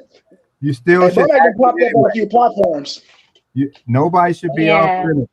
Nobody should be off limits for criticism. Nobody should be off limits to ask because you're talking about the sport that he's made. These guys made the guys who's made millions. This is how they did it. Yeah. So you need to be able to Yeah. talk and explain it. Do you ever watch? And I think I'm going to start doing it more. The boxing program that comes on YouTube, the boxing itself. I can't Pro think of it. Box. Oh Pro yeah, box. they have a channel. You talking Pro Box? Yeah, I watch Pro Yeah. Box all the time. I actually prefer Pro Box and OTX over some of these major cards, to be honest, sometimes. But y'all remember I had Elijah on here. Elijah is an OTX fighter. I haven't had any of the Pro Box guys over here just yet, but Mhm. that is definitely on my 2026 to-do list. I was trying to get some of the. I really wanted to get next to Jab off the ground, so I was mainly focusing on the babies. So Mhm. that and I'm gonna mix in some of the guys we already know just to keep the eyes on us as we grow. But the babies are my focus. I got a Okay, well question. I'll get you 4 or 5 um, between now and the end of Bring next them, bring weekend. them on, bring Hey, them I got, on. I'll how get do you you some. learn about I'll send you some numbers. how do you learn about Okay. boxing? That's a question. That's a good question. How do you How do learn we about learn about boxing? us? You Yes. How do you go to the like fights. Go, other than that, because if I'm coming into this game, right, I'm trying to think for as fresh eyes, right? If I'm trying to come into this game, I found all this shit like I said on YouTube. And when the first platform I ever found was Blue, and then I found like I want to say Monty Brown, Manager Marty's and stuff like that, like Knockout, things like that. But nonetheless, I used to hear them guys naming certain names. Like I didn't know who the fuck David Benavidez was until I heard them say it. Mhm. Then I went to the highlights and go find this dude and go watch this dude. But then again, if you Yeah. learn that way, you'll be waiting for forever to somebody say a name. So what's the best way you Yeah. would tell a casual to go learn? Local And you gyms. know what, too? You got to be careful, like you said, with the platforms that you send them to because they might start getting disdain for a certain fighter based on who they're listening to without even watching. Exactly. So That's they why have yeah, to be because interested in first, and that's why they should start on a local level so they can, yeah. build their own opinions and You cultivate should like start that. going to the local gyms. I mean, every city and state is not a fight town, but Seattle is not one of them. there's a lot of local gyms where you see some guys, doing their thing, and it may be small boxing shows in those small towns. You have to start doing that as well, depending on where you are. I mean, there's always boxing here, to be honest. They're small, very small in some cases. Showplace Arena, Sometimes some places even smaller than that. Sometimes it's a club that's big enough to put a ring in. But you start. Yeah, the Hall on Georgia Avenue. They've held a couple of boxing matches up Mhm. there. Yeah. They've done some at American University. Um, they've done actually Bowie State has put on a couple of boxing shows.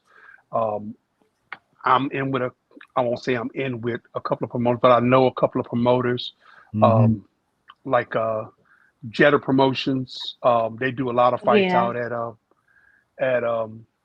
Rosecroft Raceway, Yeah, Rosecroft has been used a lot. You in and Northwest, Big Dre?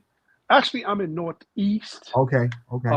Actually, right now I'm in PG. I'm out by PG College. Mm-hmm. Um, but I grew up in Northeast Southeast area. Mm-hmm. Um, you know, not too far from Ham and his sons, and Right. the guys on Capitol Hill, Mm-hmm. um, I know you're speaking of. 10th Street Boxing, um, and you know, now I'm hanging out with the guys at No Excuse and a couple of other gyms. Um, and when I say No Excuse, that's Lamont Roach Yeah, I'm Right. about to and say his that's the dad. one, his father, all of them. I remember that on their t-shirts. Have you been Yeah. over to Jared's gym yet? No, I haven't been over to Jared's gym yet. Every time I see him, I say I was going to stop in because sometimes they do some little shows at his gym. Well, his trainer um, used to work next door to where I work at now, Mm-hmm. and I've talked to him a few times, Mm-hmm. and he's invited me over there to come and do some announcing for him, but I haven't been able to catch up with him lately, Right. because Butch has told me to come on over, and they do fights on Tuesday nights. Yeah. See, that's the kind. When you have the time, and I say that to Band Up because he's much younger than we are. And if you're talking to younger guys in your age group who really want to learn boxing, there's the local level, of course. If there's enough boxing they can go to on a regular basis locally, but there is things on YouTube and on Facebook. You just gotta find them, and basically it's people showing young kids how to use the jab, how to use the hook, things of that nature. Mm-hmm. But you Yep. pick Mm-hmm. stuff up. That's where you Oh, start learning. maybe we should get some trainers over here this year too, y'all. Y'all want to see some trainers on here this year too? Put in one Yeah, in the I can chat if we y'all we want some we can trainers we over here can this we can work year. that out. We can get some Derek trainers on James and there. them. You were just Cause talking I, about I Burma. mean, we can't I'm always kind of go for the friendly big with names. Mustafa. I'm kind of friendly with Mustafa on Instagram, so maybe I'll see if he wants to come over. So We can yeah, let's probably see get if we can brother. get We can probably some. get Bernard. What's brother Bernard? Jaleel Hackett. Hackett. Yeah. You know Brother what? I Bernard. want to talk. You know what? Yeah, let's do that because I want to talk to him anyway because they signed with Zufa recently. I want to talk to him about that. Okay. Just reach I out should and be able to We'll, get in we'll talk, contact Big with Dre. We'll talk. yeah, We'll talk offline. look at make But space. yeah, we'll definitely do that. I'm definitely looking to partner with a few people. Like I said, I'm working with Miss Lori. And I'm trying. What's going on with Jay? Is he okay? Is he coming back? He's supposed to be coming back the first of the year, but he's had one show that I know of. Yeah, he's only had one show this year. He said he was coming back the first, um, Rich, you but make he's me only so had one show excited. this year. So, Okay. um, Yeah, I don't but know what's going on with him, but I been seeing his little pajama thing going on. I think he is loving yeah, them pajamas. oh, I think that's something that started on his show because he come in the show and in his pajamas, and he Hmm. has turned it into a business, and he Yes, going he for it, has. Um, and he's got his little AI thing running like a champ. It's funny that you would say He that. working that thing. He working that thing. When I Yeah. first started coming on Marty's show, and I happened to find him because I was thinking about doing platform myself, but I just no, I don't want to do all this. I used to have pajamas on. I would have my pajamas on, and I did. The only reason why I stopped when I would come on, because I know one time my wife came to my dressing room and she said, "Are you on TV with your pajamas on?" And I never, I was like, okay, I'm gonna hear this until I stop. So I stopped doing it. But yeah, I would have my pajamas on and talking. I think that's when he was still friends with Rachel Donier. As a matter of fact, that was probably the first time I understood how these platforms were working. And I also met Band Up because for a while it was just me and Band Up, who were the Terrence Crawford fans, Well, and everybody else Mr. was. Gray, that's not a ringing endorsement. That's not a ringing endorsement. Band up. Don't lead with that. But Don't I lead with Well, that. Don't we lead was with on we was on there. We was carrying we was carrying because everybody was against Terrence, and me and Banduff was on the panels and things. But it was a more to me. It became fun because when I looked at a lot of the platforms at the time before I ever went on, it was really it was a mess to me because everybody was fighting and threatening each other. I remember Coach Malachi actually had to call the police on a guy, and man, Oh my goodness. that sound like Jay Jay Money show, H Money show, or something like that. it was crazy. Now I used to go. I don't know if you remember Ross when he had his show. Now his show was very volatile as well. As a matter of fact, a little young kid from the UK actually wanted to fight me, and I'm That's like, "You're not ridiculous. flying over here to fight me because if you think we were going to, I didn't tell him that, but that's was that was the kind of rhetoric and the kind of audience that was out there at the time. They were just over emotional. They're hollering and screaming and That threatening. is ghetto. It That was is really so crazy. ghetto. And this was before the Crawford Spence fight happened, but it was all centered around that. A lot of channels came up on that, but then once the fight was over, those channels are gone. A lot of those channels are gone. But yeah, Mm. I think there's been a settling down to some degree of those who are serious about their channels and those who are just jumping on a Mm-hmm. trend. And Yep. usually, when you jump on a trend, you don't last long anyway because you don't have a long term Mm. plan. Um, Yep. but yeah, and I'm glad some of that stuff was gone, and even some of the trolls. I mean, there used to be a guy who used to come on, and he would have a plastic butt on his shoulder, or some guys would always put on these little porn pictures, and you have to tell them, hey, get him off. So people stopped doing that after a while. Now you got people like yourself and Two Cents and some others who are actually talking about boxing and who know what they're talking about. And that's the important thing. Knowing what you're talking about. It's not like Mm-hmm. nobody's a know-it-all. Nobody knows everything.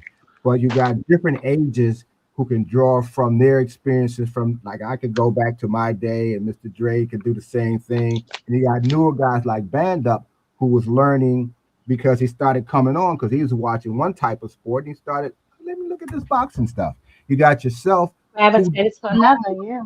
yeah, and people will do their homework. So that's what is going to actually help, in my opinion, boxing. That the people on YouTube aren't just fans; they're actually knowledgeable about the sport, and they're bringing in people who actually have expertise. Like some of the interviews they do, the fighters, the trainers, the managers, things of that nature, and you keep Mm-hmm. doing that, and you ask them the hard questions. Don't let them off. Don't. Mm-hmm. No, we want to know why this is going this way, and we Yeah. can draw our own conclusion as opposed to just speculating all the time about why something didn't happen or why something did. And sometimes we're not going to Exactly. stuff we really find out, but that's okay too. Yeah. Well, And Yeah, the sometimes cool it'll be thing like about almost like a blowing your mind that like, oh my God, I thought it was this way and it's really this way. You know what I'm saying? Like to Yeah, open up people's minds and eyes to certain things. That's like really all I want. You know what I'm saying? Especially since this is a sport that we're obviously all passionate about. I mean, I don't think any of us are just insane hopping up on panels and talking about it day in, day and out. Obviously, we're passionate about it. And as you said earlier, why YouTube you is talking where about boxing boxing lives. hacker like Let's that? be honest. Yeah, YouTube is really where boxing lives if we're not being mistaken. I mean, let's be honest. I don't see on ESPN the Schofields wanting 50 million to fight. You know what I'm saying? Abdullah Mason. I don't see on They stick. ESPN this one over here fight. You know what I'm saying? That boxing lives on YouTube. You know. But you know, I'm Yeah, glad that we got that's real. YouTube. You know, and we can, you know, we can get together. You know, we are a bunch of like-minded boxing enthusiasts who like to sit around Some of us, yeah. and you know, shoot the breeze about boxing. You know, we sit back, we kick it for a couple of hours, and we talk boxing. Um, I had a really really great experience um, two times um, with J Hardcore and the JBT because I met a lot of those guys um, who have channels and platforms that are members of the JBT at their first meet and greet when we went to Hmm. Philly to see the Boots fight. Um, and you know, it was all rented a house and everybody showed up. We had a big party, you know, and I was able to stay up until the wee hours of the morning talking boxing with Just Do and Ann McQueen, um, which is a very unique experience unto itself. Uh, but you know, and I met D1, you know, the original Angry White Man. Um, you What the know, fuck are you talking about? you D1 will fucking crash goofy. out in a minute, honey. Don't play with him. He will crash out in a second.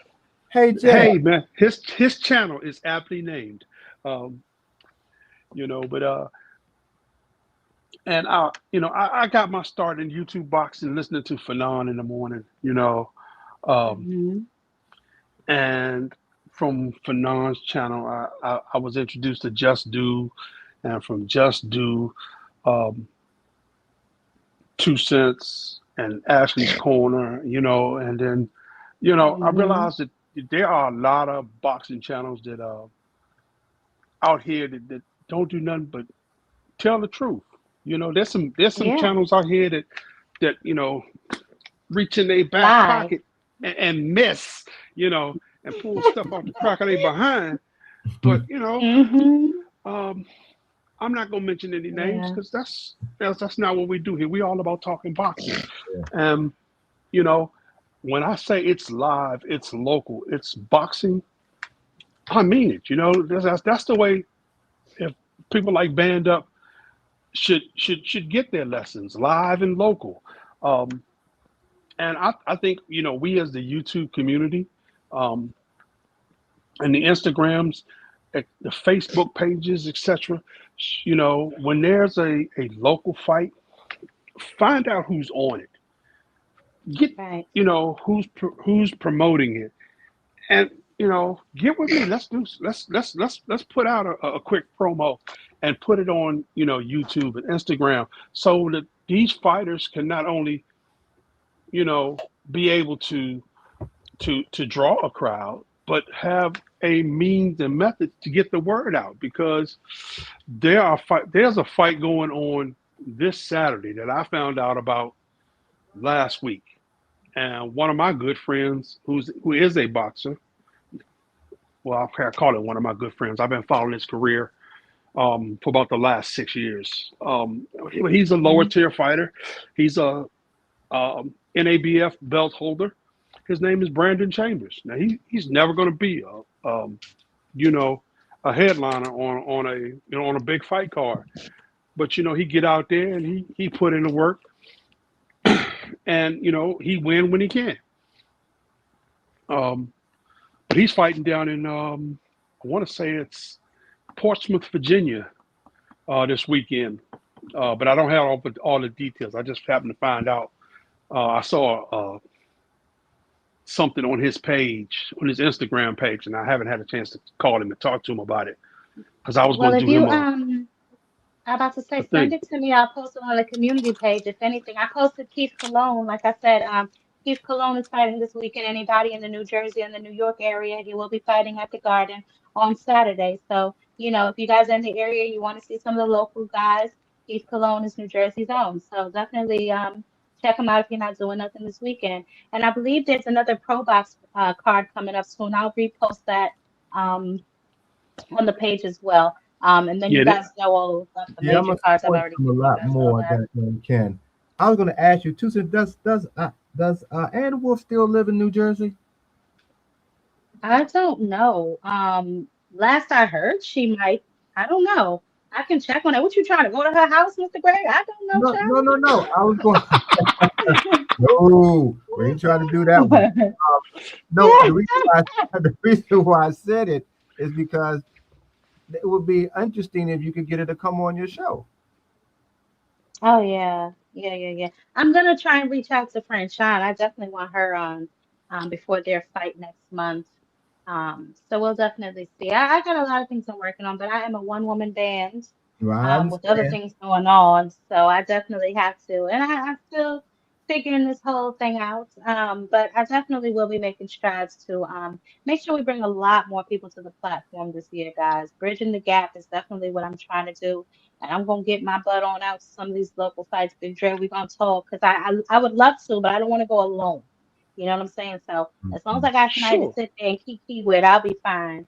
I think I told you one that too, because I know he said something about there was a DC car coming up, and I was like, shoot, man, I'll drive down there. I don't care. But somebody got to Yeah, meet me somewhere. Listen, We security, yeah, you know. okay. We used to be. yeah. There's a card coming up Friday, January the 30th, at Live Hotel and Casino in Hanover, Maryland, Yeah. featuring fighters from Pro Box. Mm, okay. Hmm. Jordan, Short Dog White, Jordan, the Iceman Roach, um, Oh yeah, oh, the I'm sorry. One original second. Ben Johnson, um, Ben Whitaker. I'm trying to remember who else is on the card. It was just something, and it was something I was supposed to have been doing this week because I saw the card listing for some of the local fighters, Mm-hmm. and I was supposed to be going over there. No excuse. Talk to Jordan, Ben. But I was taking a class, and when you get up at 5 o'clock Hmm. in the morning and you get out of class at 10 o'clock at night, those make for some long days. Yeah, of course. Especially when you string three of them together. Yes, Larry that is and true. Ty, and then we're supposed to start getting back into the promotion end of the game. I'm not sure Who where was they are. that? Larry, Ty, and Ed, they had the Madness shop. Yeah. Yeah, they were supposed to get back in, but I think, and I don't want to put it out like that. I think Larry probably is not 100%, and that might be why they haven't done it because after when they was in, and then what happened, they hadn't got back. But Ty said he still has a few boxes under his management, but I don't know where they're fighting at. But younger guys have to come in. Davis Promotions has one coming up in somewhere in Southeast DC. I don't know the details on it because my Uh-huh. man was talking about it today, and I think it's on the 21st of February. Um, but Jab Queen, if you want to come down to Live Casino on the 30th of January, I will definitely be there. Uh, Jetta Promotions and Live Hotel and Casino in Hanover, Maryland, and we can get together, and I'll be more Okay. than happy to be your security. Oh, I'll be the great big guy wonderful. hanging around there. Yeah. Yep. that's Yep. that's Yep. so cool, to come down. But younger guys have to also, and some of them are, get into the other ends of boxing, into the management part. They need to get into the promotion part and be very serious about it because at some point you age out. Um, Hmm. you can be in the gym, you want to help these young guys, but once you start getting into your late 70s and 80s, the energy that you want to be able to give is no longer there. So you need to have what used to be a tutoring system. I mean, you look at when Eddie Futch was at the height of his career as a trainer, who he was mentoring at the time was, oh my God, he trains Pacquiao, Freddie Roach. Yeah, So you need to have that iron sharpening other iron system going on, and Mm-hmm. that's kind of not there anymore. Was not there anymore, I have to say. The old school trainers who could teach you and taught the next generation, both of them are gone now. So you still have Yeah. decent trainers, but you don't have that top tier talent in the training and teaching spaces because those guys have And passed. that's extremely interesting that you say that because that is so true. A lot of the trainers just, some of them want to be more famous than the fighters nowadays. You know what I'm Yeah, saying? So, yeah. but So let's go it's ahead so and do closing. Let's go ahead and do closing arguments. Go ahead, Miss Webb, finish up. no. I was just going to just emphasize that some things are never going to come back, and we know that. But Mm-hmm. hopefully there can be some semblance of it because Right. boxing has done a lot, even though it's done some wrong things and bad things and so forth. But overall, boxing has helped a lot of guys over the generations. A lot of guys may never became world class, but some of them learned how to Mm-hmm. take care of themselves better. Some of them got a little more discipline in how they conducted it, and their behavior changed where now they go to work and they're a little more focused. Some, saw some areas in boxing, like again, going into marketing, maybe not marketing of boxing, but they see other things that open doors for them. And boxing did that. Boxing done saved a whole bunch of guys' lives. Just by just getting Yeah. them off the street. So you have to also acknowledge that boxing has been good in that aspect because a lot of us, Mm-hmm. particularly guys who came up through my era, because I came up through the heroin era, and then later on the crack era came. But a lot of guys got Mm-hmm. pulled off, got off drugs, even when they were in jail. I mean, if you look at YouTube now, you'll see some old stuff of the boxing program that was down there in Lorton.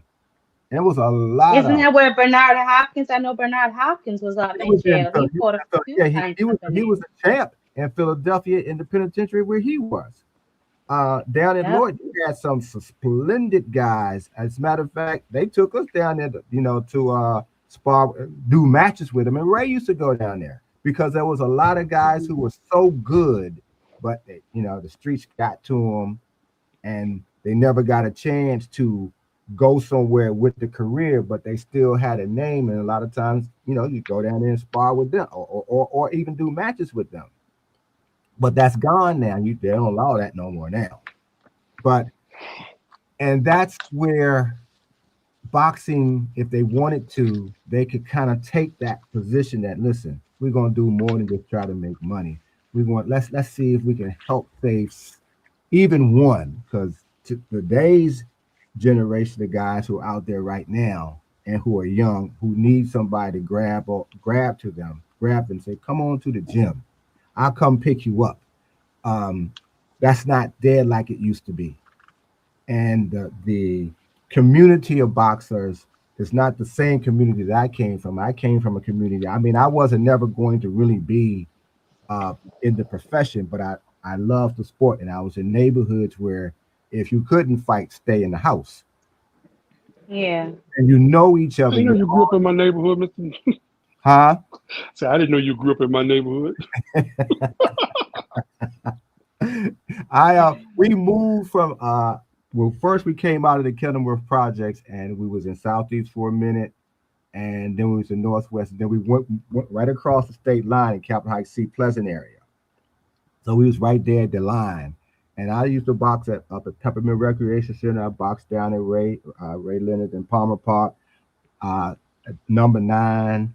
Sometimes we would set up little boxing rings wherever we could, because a lot of guys when I was coming up had reputations of being able to fight, and so that was an outlet for them as opposed to just fighting in the street and getting yourself in trouble and things of that nature.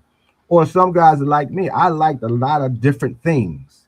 I like going to parties, and I like going to museums, and I took dance, and being able to do those kinds of things will make you a target. So being able to fight, Mm-hmm. now, okay, yeah, I'm still going to ballet Ooh. class, but if I got to whoop They your ass, thought you was sweet, Mr. Greg. They well, thought you was sweet. You tell my I put these toes on your ass. I put these twinkle toes on They your used to, the guys used to, because I used to read a lot. I Oh always my loved to God. read. And they used to snatch the books from me and stuff and run, and I get so mad.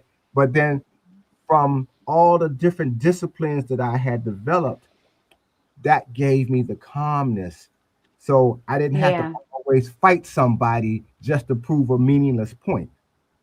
But right. that's the kind of things that you also learn. And then some of the people that I Mhm. met during those formative years who are doing other things, some became famous in other areas. We're still either friends or we can associate with each other. And like I said, now I'll be 70 next year. So Mm, I look at what has happened over that period of time, and some things is very disappointing, and some things is just it's just a different generation. what they are, yeah. I can't Yeah. pine for the old days anymore. I have to look and see what the current days can be and how whatever I can do that I do that makes things better. I got a whole bunch of nephews myself. Two of them were boxing, but they didn't have the discipline to continue. They kept getting in trouble, and one has 1,000 children, and so those are the kind of things that I try to do with my own nephews. I actually had a Right. niece who wanted to box. She Mm. took up Tai Chi because her father, who was my middle brother, didn't want her. He thought she was, like a lot of men do think this, too pretty to be boxing. So he wouldn't let Yeah, he ain't didn't. that what Muhammad Ali thought too about Layla? Most men don't really want. We don't really want to see women fight, but we understand that they got the right to do What the that. hell is going on? Uh-huh. Oh, I don't know. So he didn't want me to show her anything because he said because she would latch on to it real quick. So Right. but yeah, one of the things like what you're doing, somebody is watching you right now in the bushes, Hmm. not a Yeah. fighter, but somebody who's thinking, man, she got a podcast and she's talking to different people around the country and she's interviewing, probably are being inspired by what you're doing, by what Two Right. Cents is doing, by what Marty is doing. And that's one more thing that's why I always try to encourage y'all as much as I can, because I know what it can do. You don't know who's watching you. That's the thing. Yeah.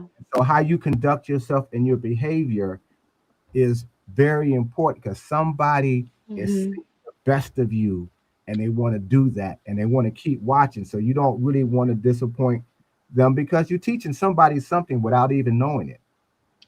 Right. So Yep. I That's I very say true. I say, whatever skills, whatever knowledge, whatever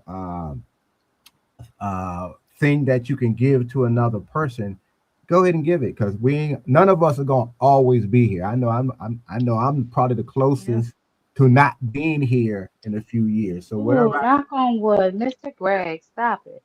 no, I just say somebody gave me, somebody showed me, somebody taught me, somebody had to straighten me out, so I could do a lot. I've been fortunate to do a lot of great things for myself and be able to have something to give somebody else and help somebody else, et cetera, et cetera. I've had a lot of adventures. I've been living a lot of those places, traveled, et cetera, et cetera. So now it's my turn. It's been my turn, even Hmm. more so, to whatever I could tell somebody that gets them going in the direction they want to go, to do it because somebody did it for me. Right. And that's what boxing Absolutely. can still do. You can go to the gym, you sit and you can talk to a coach. He might say one thing that you latch on to that takes you to your next level of maturity, that takes you to the next level of working. Maybe you'll get in the gym. Maybe you'll never maybe you'll just be a great sparring partner and that's it. But Hmm. as long as somebody else is sharing what they have, because I can't take everything I got with me when I'm gone. Everything you ever did, everything you ever had, and the knowledge that you have about various things goes with you. So give it Yep. out while you still can. And that's one of the reasons why I like to come on the shows and see you, and I encourage you to do this and do that because that's my way of trying to do this and do that. It's not me being a busybody and trying to tell anybody what to do. It's sharing. So Yeah, that's no, for sure. You know, I always appreciate it. Except them long letters when I get on Bud, obviously. You know, I be like, Lord, here come Mr. Greg, child. Protection You said program in what? Wait, full hold on. effect. What? Him What and was it about? Banda. Who? Here you go. About the Here you Bud go. Crawford Here you era? go. Child, please. Child, please. The retirement era. Anyway, we getting ready to shut it down. Any final thoughts, guys? I like I said, that that that lie detector test obviously was nothing but validation, or whatever. The uh, Schofields are still crazy, child. We got to see what these tickets do. I'm gonna keep an eye on them, but just as a totality, we need to kind of band together and, you know. But you made some really great points, Mr. Greg. Them really knowing their own marketability is where it's really gonna start. mm-hmm. Hey, I'm gonna say one more thing too. I don't know if it's a plus at all, or I don't know like what these YouTube creators get off of. I mean, like as far as views and stuff, their views go up. But another thing, I don't think the YouTube community should be beefing with each other like certain platforms do. Now it's very entertaining when it happens, but I don't think it grows Yeah, either I find platform that long so term. silly, band up. I find that so these virtual beefs, honey, gang banging for boxes, all of that stuff. I find it so silly and so simple. But you know, people gonna do what they do. So I just stay out the way. I come, I post my Yeah, stuff, I do my lives, and I carry my ass. I don't got no yeah. time for none of Honest that. debate. Now, honest debate, like Two Cents did on Knockout's platform. That I mean, that's cool and stuff. You know what I mean? hmm But hmm like, you know what I mean? Wanted to really get up under Cat's skin and shit like that. I mean, it's not gonna help your platform. You know And what I it mean? takes You away guys from ain't what fighting. it takes exactly, and it takes away from what Mr. Greg is saying. How can we learn anything? I mean, I learned he's an MFer and you slept with his girlfriend, but I can't learn nothing valuable from that. You know what I'm saying? Like silly stuff like that. I find it a waste of time. But nevertheless, honey, we moving on and upward. But was there anything else, band up? I'm about to shut it on down, But honey. that was it for your boy. You know, I came kind of late. Just wanted to come and show some love still. Okay, I Well, appreciate you, band up. Happy New Year to you. Hope you got that phone Yes, plan indeed. worked Happy out. New Year. You didn't drop that many times tonight, so you paid your phone bill good for you. Starting off on the good foot, baby. Band up your phone. Ironically, my These phones. ironically my phone bill ironically my phone bill was due today, but I know it. I know it. Every time you come up here with that static, I said, band up either stealing Wi-Fi, he ain't paid that phone bill. well, Seattle got a lot of hills. Seattle has a lot of hills, and Yeah, I be yeah, moving that's what sometimes. they say. Yeah, yeah, Hey, that's what they say, huh? hey, Yeah, Dan, okay. you're gonna have to wait till Marty does his greatest, funniest moments Oh because my god! Uh-huh. Band Up was on the panel and we was closing out, but Band Up's phone kept messing up. So Oh my God. Hey, Mr. Greg, remember when I was about to click D-Town Funk, and it was my turn, and that shit kept funking out. Oh my God. what Oh happened? man! Yeah, he gonna have to show me those. He gonna have to What show me happened? those. I'm trying to think of his name. McKinnell's. Lucky McKinnell's. Lucky McKinnell. Lucky. Uh-huh. Lucky at the end, while we was doing our like we're doing now the final show, Lucky somehow found a telephone plan, right? From Blue Put Smoke. up on the screen. It said, "Now this is for band." It was one of them. It was one of them old Boost Mobile plans that come in the box. Oh, stop it. No, he didn't. No, he didn't buy So, you one of them. so I What is them said, things you used to get? What is it? You could put minutes on the sign. You The know, track back in the day, phone, the you used to track get them phone, cards from the the, store. the Yeah. whole, Oh yeah, the my track the God. whole phone. contract. It said we Oh can my say no God. more. That was so funny. Oh I my had to go God. back. I watched. I was like, oh my god, I was dead for like 14 minutes. Oh my God. Hilarious. Yeah, Well, thank you so much, Banda. I appreciate you stopping by, babe. good to see you, band Yeah, up. salute, All salute right, everybody. All Trey. right. okay, salute Good to you, night. Band Up. All right, brother. Well, listen, all I got to say is, Yeah, support your local boxing event. Um, of it's course. live, it's local, it's boxing. Go out and see a fight. Check out the local boxing gyms. Find out when, who are the local promoters. Find out when they're, you know, um, putting on a fight. And if you find out who the promoters are, you can follow them on Instagram, and they will always post Mm-hmm. something about their Yep. upcoming event on their Mm-hmm. on their Instagram pages. And if we're lucky enough, you'll hear my voice saying, it's live, it's local, it's boxing. And with that, I'm out. All right. All Jeff. right, Big Dre. Okay. All right, All you right. gentlemen have a good night. All right. Good All night, right, dear. you too. All right. Okay, good night. All right, y'all. That was our first show of 2026, baby. I hope it didn't hurt too bad. But we got a lot going on for the channel this year. I am still growing. Obviously, I got to crawl before I walk. We do have a follow-up interview, I believe, next week with one of the babies that we had on here last year. They got themselves a fight, their very first pro fight. So we're gonna bring them up. We're gonna cheer them on. And we're gonna see what's happening. And then obviously we have a bunch of other stuff we got going on this year, but slow and steady. I don't want to overwhelm myself. I know y'all can't take too much of the real, you know what I'm talking about. No, I'm just kidding. But definitely you guys. Great show. Thank y'all so much for pulling up. I appreciate y'all. I make sure y'all smash that like button, honey. We're gonna have to beef up security. I don't know how frequent and Hacker got on the panel at the same time. I'm gonna have to address security. We're gonna have to talk about y'all being on cigarette breaks because you know they scatter like roaches. So they probably watch y'all take a little break, blink or something, and then they came running up on here to bite mother. You know? We got to watch it now. We can't have these crazy maniacs running around here foam. They already foaming at the mouth. We can't just let them run up on up here and bite me now. Goodness gracious, where is the protection? Nah, but thank y'all so much for pulling up. I will see y'all next time. Make sure y'all check for all the videos. We'll be live again Saturday. Until next time, y'all know what to do, baby. Catch me on a panel. Mother is